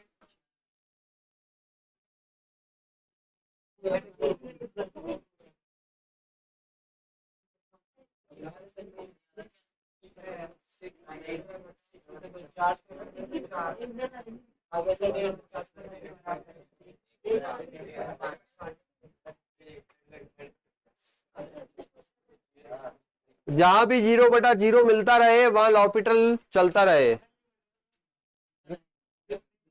लिमिट नहीं है बेटा, लेकिन हमें x एक्चुअली में लिमिट का रूप नहीं दिया। देखो क्वेश्चन में शब्दों में लिमिट बोल दिया। x बराबर 3 पर संतत है। संतत है तो संतत के लिए आप क्या करते हो, लिमिट x टेंस टू जो भी बिंदु दिया है 3 और फिर fx, या यूं बोल दो ये फलन पूरा का पूरा।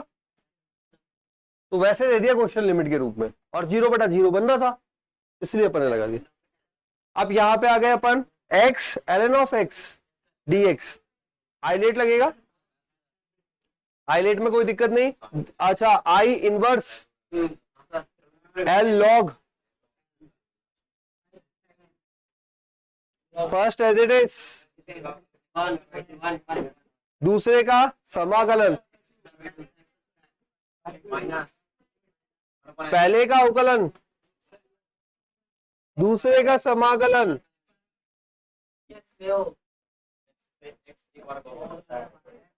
x का समाकलन x²/2,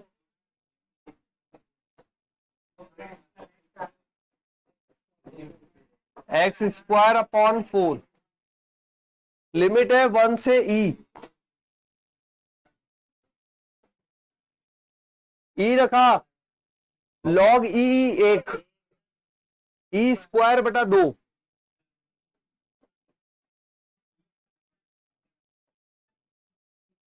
अब 1 रखा log 1 0, log 1 0।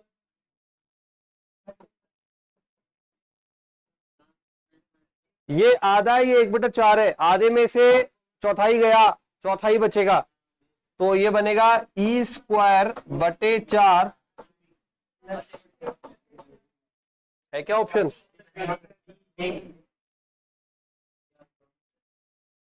ठीक है, सिंपल सा हाईलाइट का फॉर्मूला क्वेश्चन था। नेक्स्ट बढ़ते हैं। हाँ भाई, तुम्हारा फेवरेट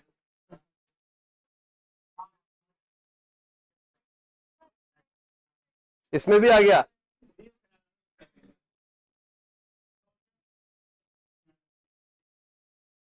महत्तम पूर्णांक में x² दिया हुआ है और लिमिट दी है 0 से √2।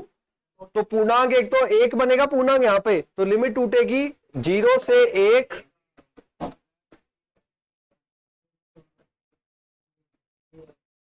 अब ये बताओ 0 से 1 में क्या देगा, 0 देगा। 1 से √2 में ये बस।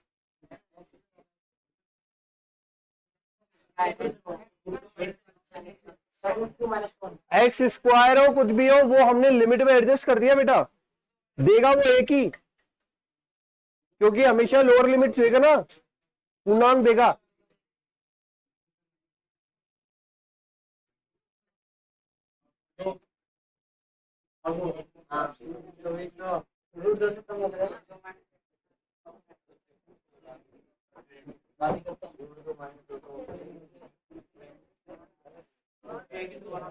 सर मेरे को इसलिए सही लग रहा है, पता नहीं क्यों।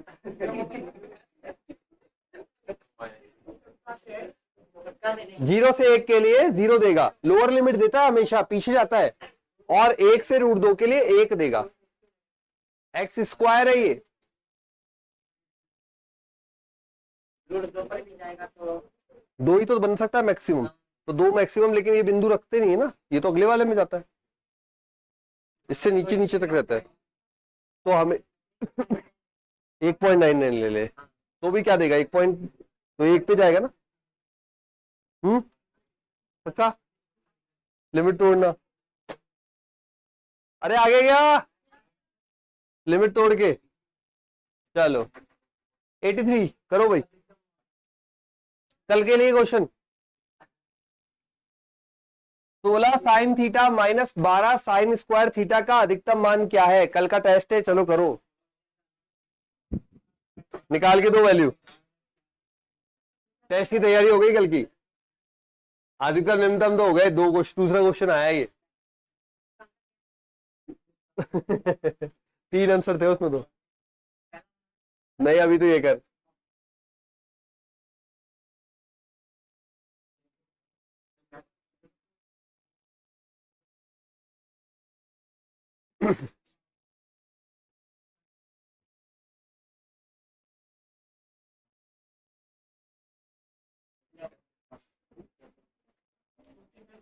पहला अवकलन करेंगे साइन थीटा का कॉस थीटा, अरे यहीं पे कर देते, और साइन स्क्वायर थीटा का अवकलन 2 साइन थीटा कॉस थीटा, तो 24 बराबर 0 किया तो ये दोनों बराबर दिखने लग जाएंगे, कॉस तो कट गया, साइन थीटा बराबर 16/24,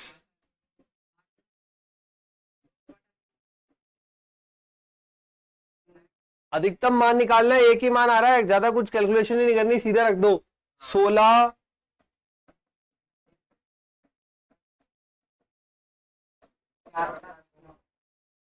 32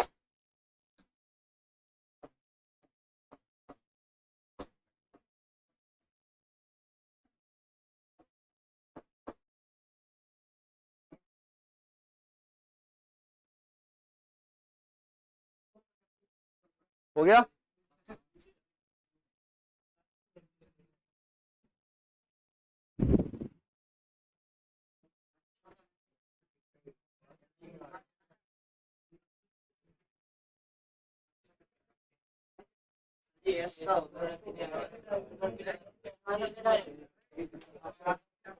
अरे हो गया क्या 16/3 भाई, ठीक है, अब आ जाओ यहाँ पे, एफ एक्स बराबर 4 sine x minus 3 cos x plus 1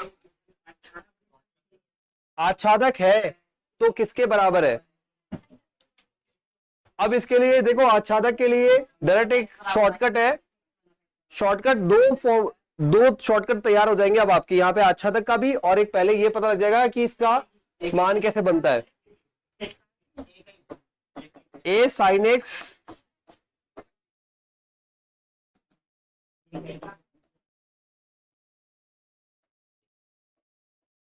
जब भी a sine x plus minus b cos x हो तो इसका अधिकतम व न्यूनतम मान √a² प्लस बी स्क्वायर होता है। अधिकतम बनेगा, मैक्सिमम बनेगा हमेशा पॉजिटिव,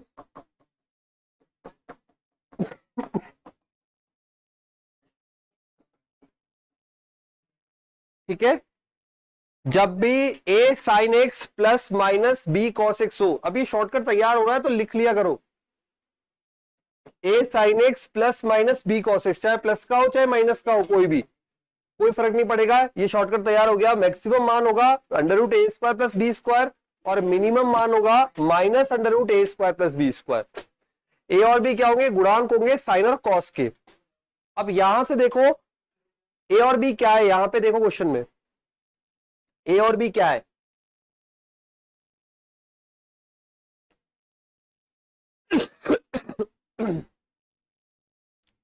ए और बी क्या है, 4 और 3, 4 और 3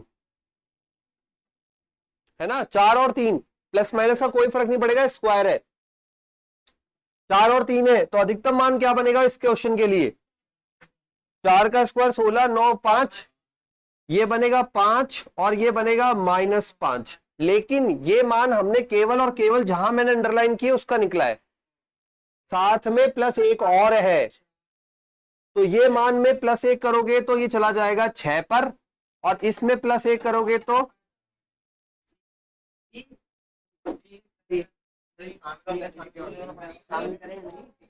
अब ये तुम बताओगे 8 तक के लिए क्या होता है?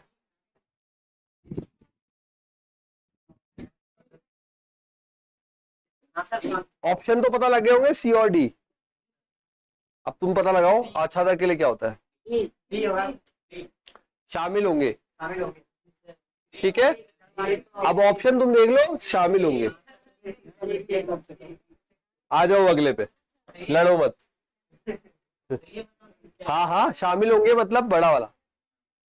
आ जाओ, यदि f एक फलन है तो f का प्रांत क्या है? यदि f(x) बराबर this mod of x minus x। देखो, प्रांत निकालने के लिए एक बात का ध्यान रखना होता है, नीचे 0 नहीं बनना चाहिए। अब नीचे 0 नहीं बनना चाहिए। अब यहां पे अंडर रूट और है, अंडर रूट और है, इसका मतलब माइनस में भी नहीं होना चाहिए। अंडर रूट में नेगेटिव क्या बन जाता है? आयोटा बन जाता है। तो ये बन गया mod of x minus x greater than 0 चाहिए हमें। इक्वल टू 0 नहीं, इक्वल टू 0 1/0 इंफिनिटी बन जाएगा। तो ये हो सकता है mod of x greater than x। ये कंडीशन कहां पे वैलिड होती है? कौन सी संख्याओं पर? पॉजिटिव पर, नेगेटिव पर, या बीच में और कहीं पर? तो देखो, हमेशा ये कंडीशन वैलिड होती है नेगेटिव संख्याओं पर। अगर मैंने मान लिया नेगेटिव, तो -1 का मोड इज ग्रेटर देन -1, तो ये बनेगा 1 ग्रेटर देन -1। तो ये कंडीशन वैलिड होती है नेगेटिव संख्याओं पर।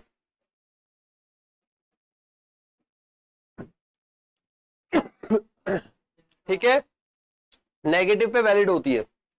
अब नेगेटिव हमारे पास रेंज क्या होती है? -इनफाइनाइट से लेकर 0 शामिल होगा क्या? इतना सा बता दो। -इन्फिनिटी तो वैसे भी शामिल नहीं होता, कभी भी नहीं होता, इन्फिनिटी तो शामिल। बस इतना ही था।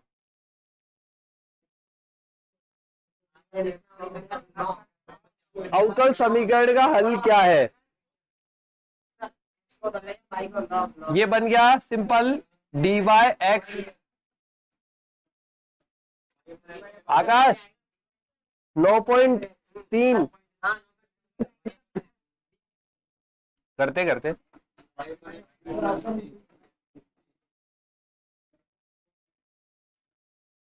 log y बराबर log x plus log 2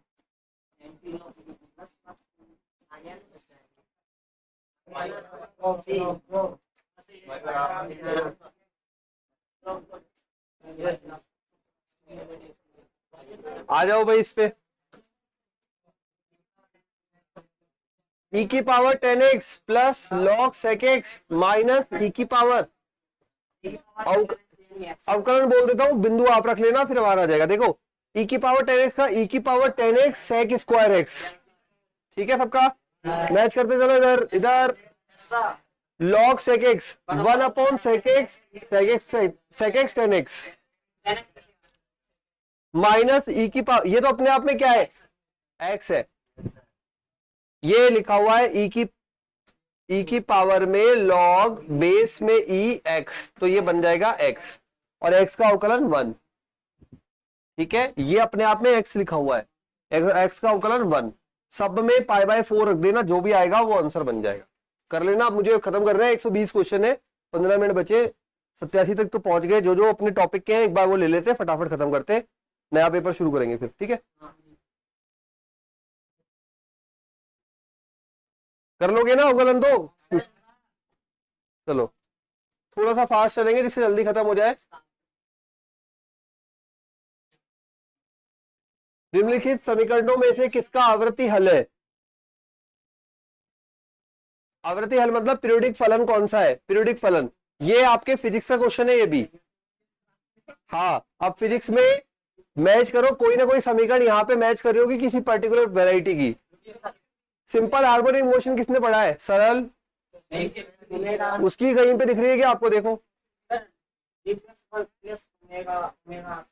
simple harmonic motion, सरल आवर्त गति, आवर्त, आवर्त मतलब पीरियोडिक। अरे अभी पढ़े होगी ना यहाँ पे,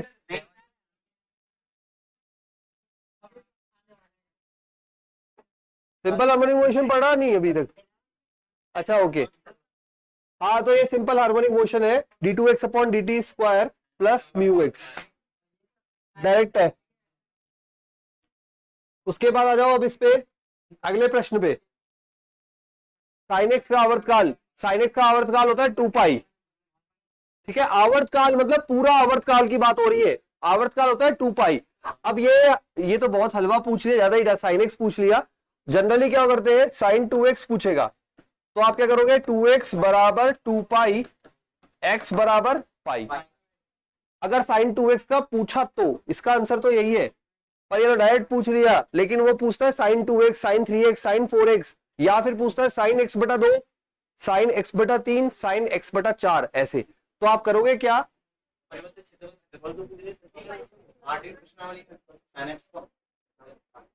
अरे ये तो आवर्तकाल पूछा है, सिंपल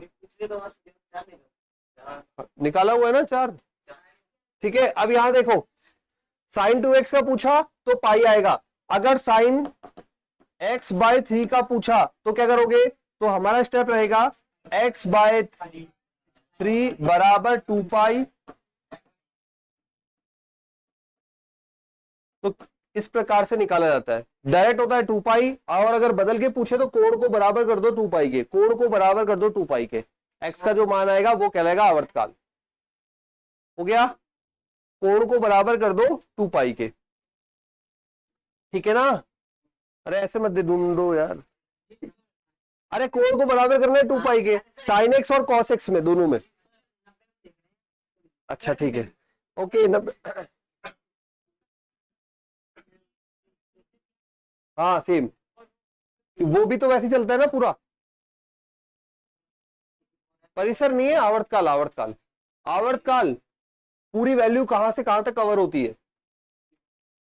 हाँ भाई अगला 90, ये तो अब आप कर सकते हैं, आई थिंक हो जाएगा। क्या करोगे भाई इसमें, लिमिट तो है नहीं, लिमिट होती तो अपन कोई जुगाड़ लगाते, अब लिमिट तो है नहीं तो क्या करें, जब भी e की पावर x या फिर a की पावर x आता है तो उसको ऊपर लेके जाओ कॉमन लेकर, तभी आपका समाकलन हल होगा, नहीं तो अटके रहोगे खजूर पे, ठीक। क्या करो यार, 2 की पावर x कॉमन लिया, ऊपर जाएगा तो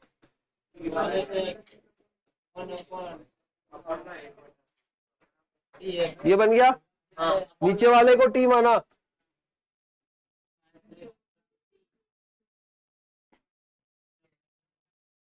वन का 0, ए की पावर x का अवकलन,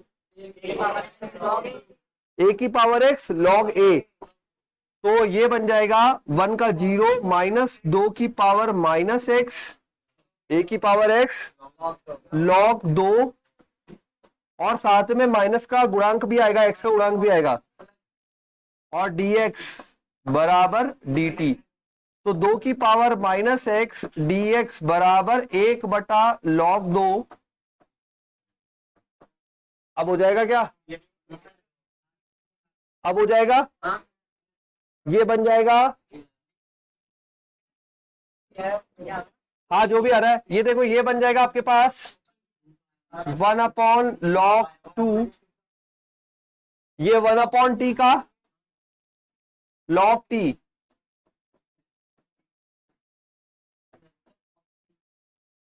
बी आ रहा है,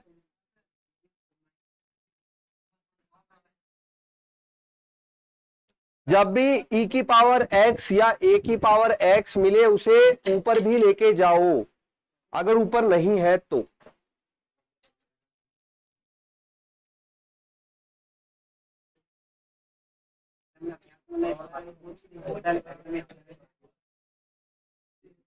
अवकल समीकरण वाई स्क्वायर बराबर 4ax माइनस ए स्वेच्छ अचर है तो अवकल समीकरण की कोटि और घात क्रमशः है। कोटि होती है जितनी बार अवकलन हुआ है, कोटि होती है जितनी बार अवकलन हुआ है। कितनी बार हुआ है भाई? हाँ। अभी क्या है करते?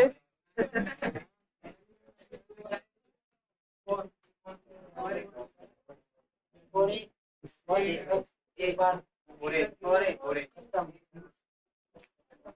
ठीक है, तो ए का मान क्या आया इससे?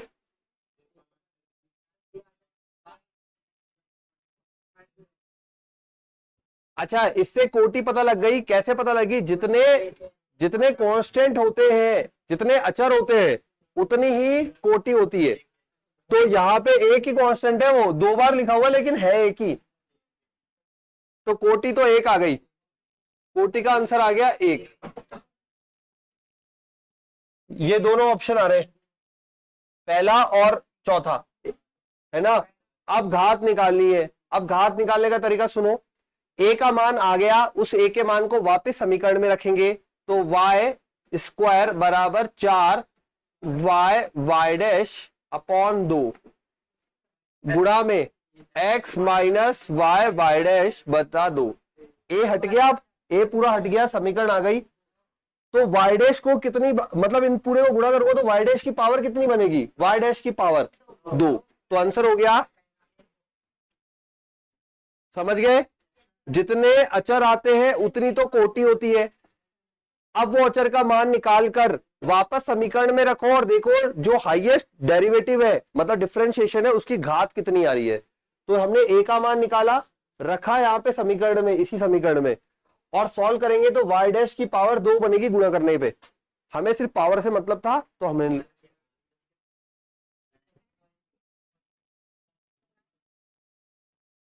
आंसर बोलो। जब भी लिमिट माइनस से लेकर प्लस तक होती है तो क्या चेक करते हैं? सम विषम फलन। साइन एक्स कैसा फलन? टेन एक्स कैसा फलन? विषम, 2 विषम फलन का विषम फलन। खत्म।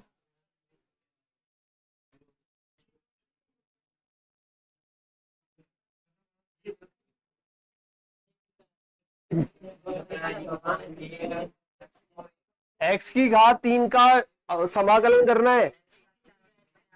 एक्स की घात 4/4 ए से बी बराबर 0, मतलब बी की घात 4 माइनस ए की घात 4। अरे बराबर 0 है तो सब सॉल्व करके ही आएगा। एक तो ये कंडीशन बन गई। अब दूसरी पे आओ। हाँ? दूसरी में बोला है, हाँ ये बराबर है। अभी रुको, अब दूसरे वाले में आओ। एक्स स्क्वायर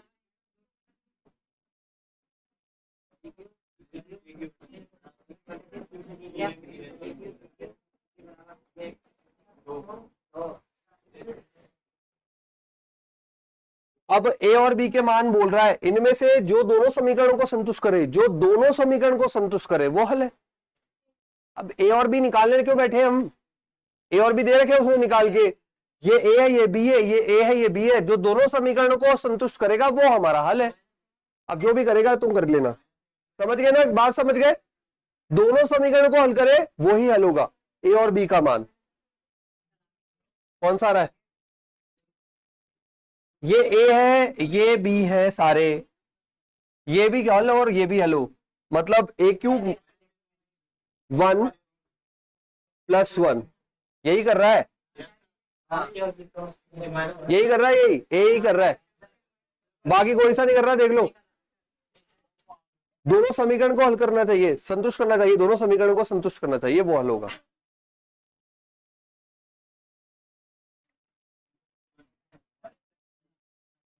हाँ अब तू,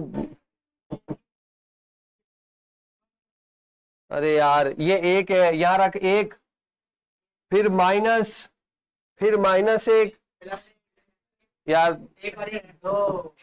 अब आराम से तभी तो क्या कर, देखना। अब देख इधर, चलो देखो इधर, 0 से 1 x 1 - x whole power n, यहाँ पे कौन सी प्रॉपर्टी लगेगी, a plus b minus x, property number 4। जैसे ही 4 लगाओगे इधर बन जाएगा 1 माइनस एक्स और इधर बन जाएगा x, इसकी पावर 9 आ जाएगी। अब ये सिंपली हो जाएगा अंदर जाकर x की घात 9 माइनस x की घात 10, 0 से 1 dx, समाकलन होगा 10 बटा 10 माइनस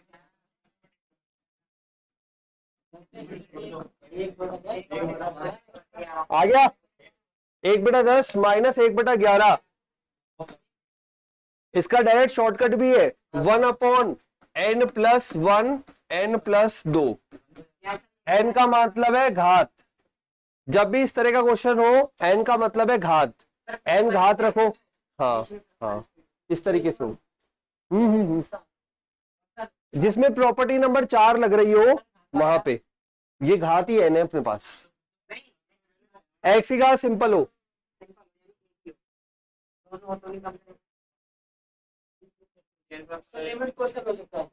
नहीं लिमिट इसी के अकॉर्डिंग आएगी। अगर ये 2 माइनस एक्स है तो 0 से 2 आएगी। ये घात है n,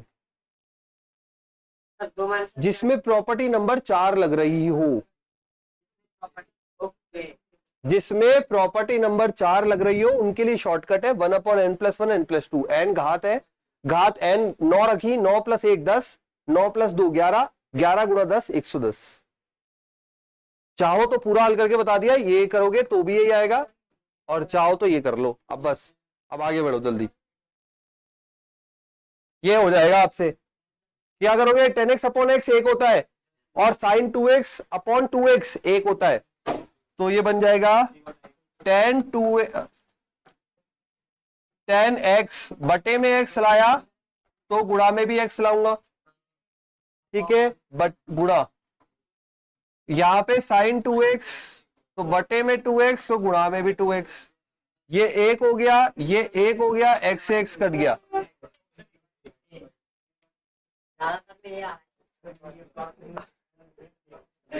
ऐसे किसी भी भ्रम पे ध्यान ना दे। लो अब ये क्वेश्चन बहुत प्यारा क्वेश्चन पूछा है, देखो ध्यान से। यहां पे बोला है h टेंड्स टू 0, हम जनरली x के सापेक्ष चेक करते हैं, यहां पे h के सापेक्ष बोला है क्वेश्चन में। अब देखिए h को 0 रखने पे ऊपर बन रहा है √2x माइनस √2x बटा 0, तो 0 बटा 0 मतलब एल हॉस्पिटल, लेकिन एल हॉस्पिटल किसके सापेक्ष, h के सापेक्ष, ठीक है, h के सापेक्ष, मतलब एल हॉस्पिटल लगाओगे लेकिन h के सापेक्ष, dx नहीं लगे h लोगे, ठीक है। अब जैसे अपन ने ये लिया h के सापेक्ष तो ऊपर नीचे तो बन गया 2, h के सापेक्ष ही 2 बनेगा। अब ऊपर आ जाओ अंडर रूट का,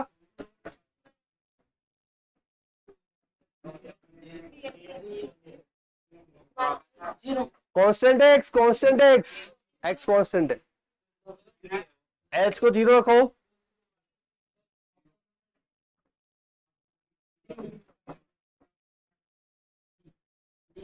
यही बन रहा है ना।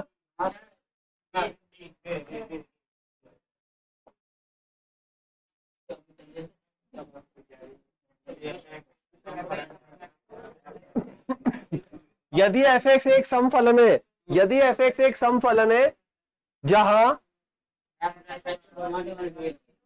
तो बताओ निम्नलिखित में से कौन सा सही है, f' सम है, f' विषम है और कुछ है अचर है।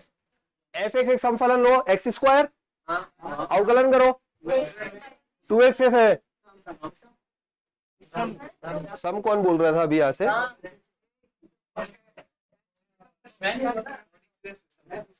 ठीक है, अरे कोई बात नहीं, हाँ विषम, ओके, आगे बढ़ो, अब आगे बढ़ो, dy बाई dx अवकलन आता है सबको, u डॉट v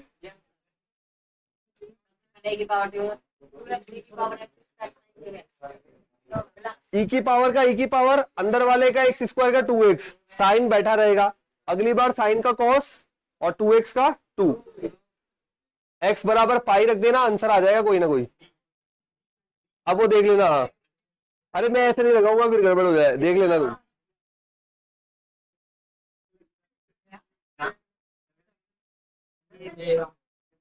समझ गए ना, अवकलन कर रहे हैं पाई। हाँ भाई ये देखो,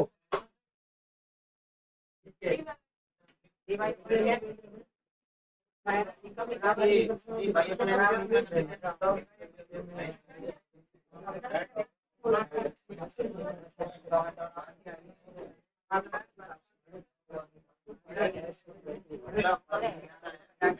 one upon x, one upon y का लॉग वाई, वाई के गुणांक का भाग लगेगा।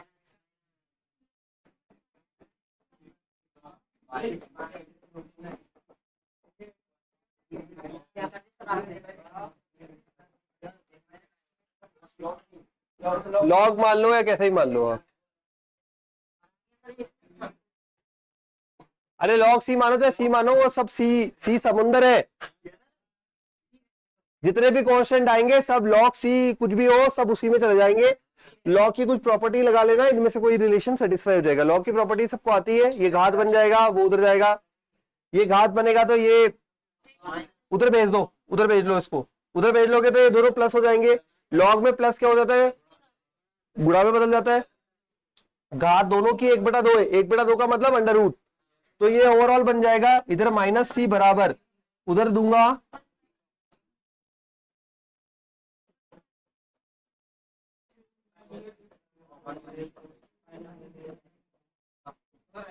ठीक है। ये इधर ई लिया, ई की पावर में सी, वापस से ई की पावर में कांस्टेंट मतलब कांस्टेंट, तो ये बन जाएगा सी बराबर, इधर अंडर रूट को भी स्क्वायर कर दिया,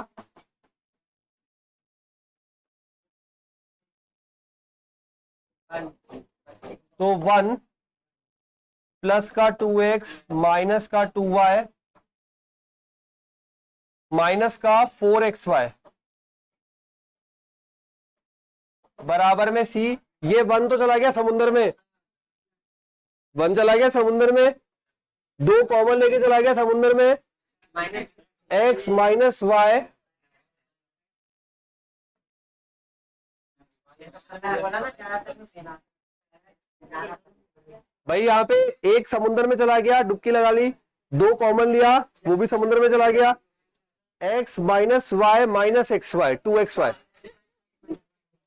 कांस्टेंट सारे समुंदर में भेज दो,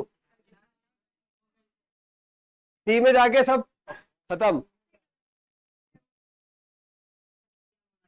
हाँ अभी इधर देख तू, छोड़ उसको। हाँ इधर बताओ भाई, ये तो आकाश बताएगा, आकाश आकाश चुप रहे, एक बार आकाश को देख लो।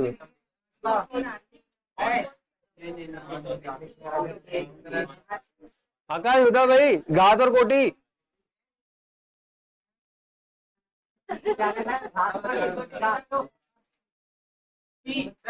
कैसे, पहले तो ये बता, यहाँ पे कोटि होती क्या है, होती क्या है, कोटि क्या होती है, कल की क्लास पढ़ी थी तूने 12th वाली, पिटेगा तू आज। हाँ तो वो परसों वाली कल की थी, हाँ क्या पढ़ा उसमें,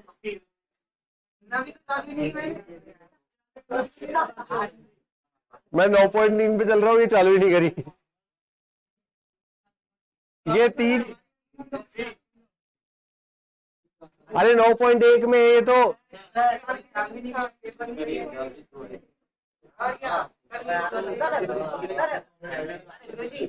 एक ऑप्शन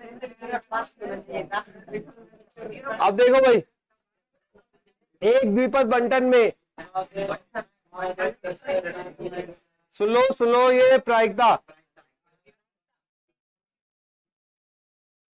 एक द्विपद बंटन में माध्य प्रसरण का 3 गुना है,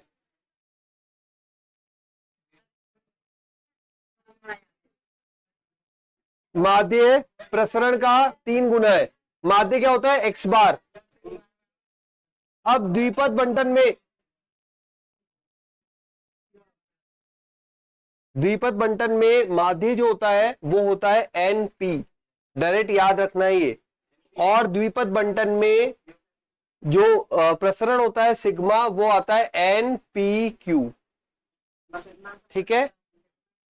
हाँ ये x बार आता है NP और ये आता है NPQ। अब बोलोगे n क्या है, n है टोटल कितनी बार जो भी प्रैक्टिकल है उसको परफॉर्म किया गया, मतलब कितनी बार, जैसे यहां पे बोला गया है 5 परीक्षणों में से ठीक ठीक 3 सफलता है, तो यहां के लिए n क्या बनेगा 5, 5 बिल्कुल उसे बोलते हैं n, मतलब कितनी बार परफॉर्म किया गया है। ठीक है, n हो गया। p होती है सफलता आने की प्रायिकता और q होता है असफलता आने की प्रायिकता, और साथ में ये भी याद कराया जाता है p प्लस q बराबर होता है 1। ये 3 चीजें याद कराई जाती है। ठीक है, तो ये यूज करते हुए क्वेश्चन सॉल्व करना है।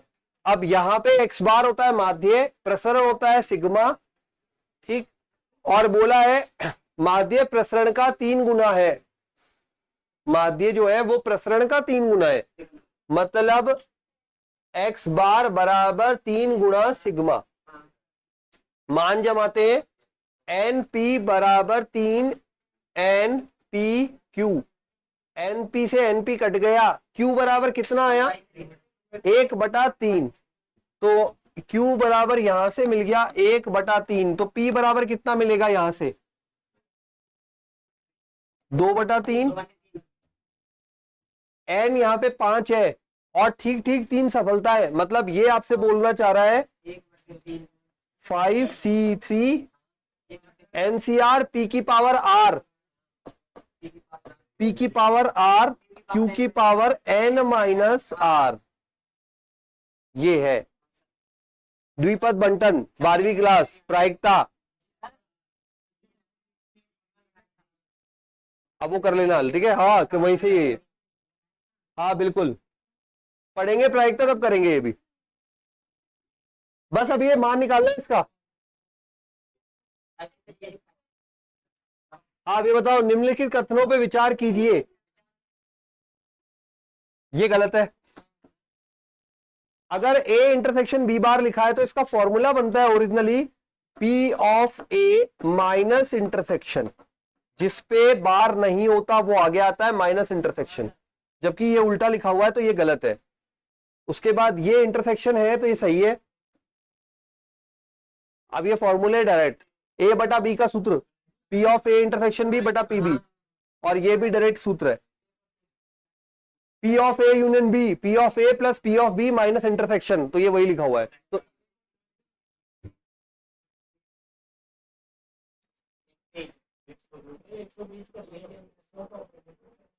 ये अपने जी मेंस के सिलेबस में नहीं है, बट यहां पे इसके सिलेबस में है, तो अभी छोड़ो एक बार। एक विद्यार्थी द्वारा प्रश्न को हल कर पाने की कम से कम एक को, कम से कम वर्ड जब भी कम से कम आता है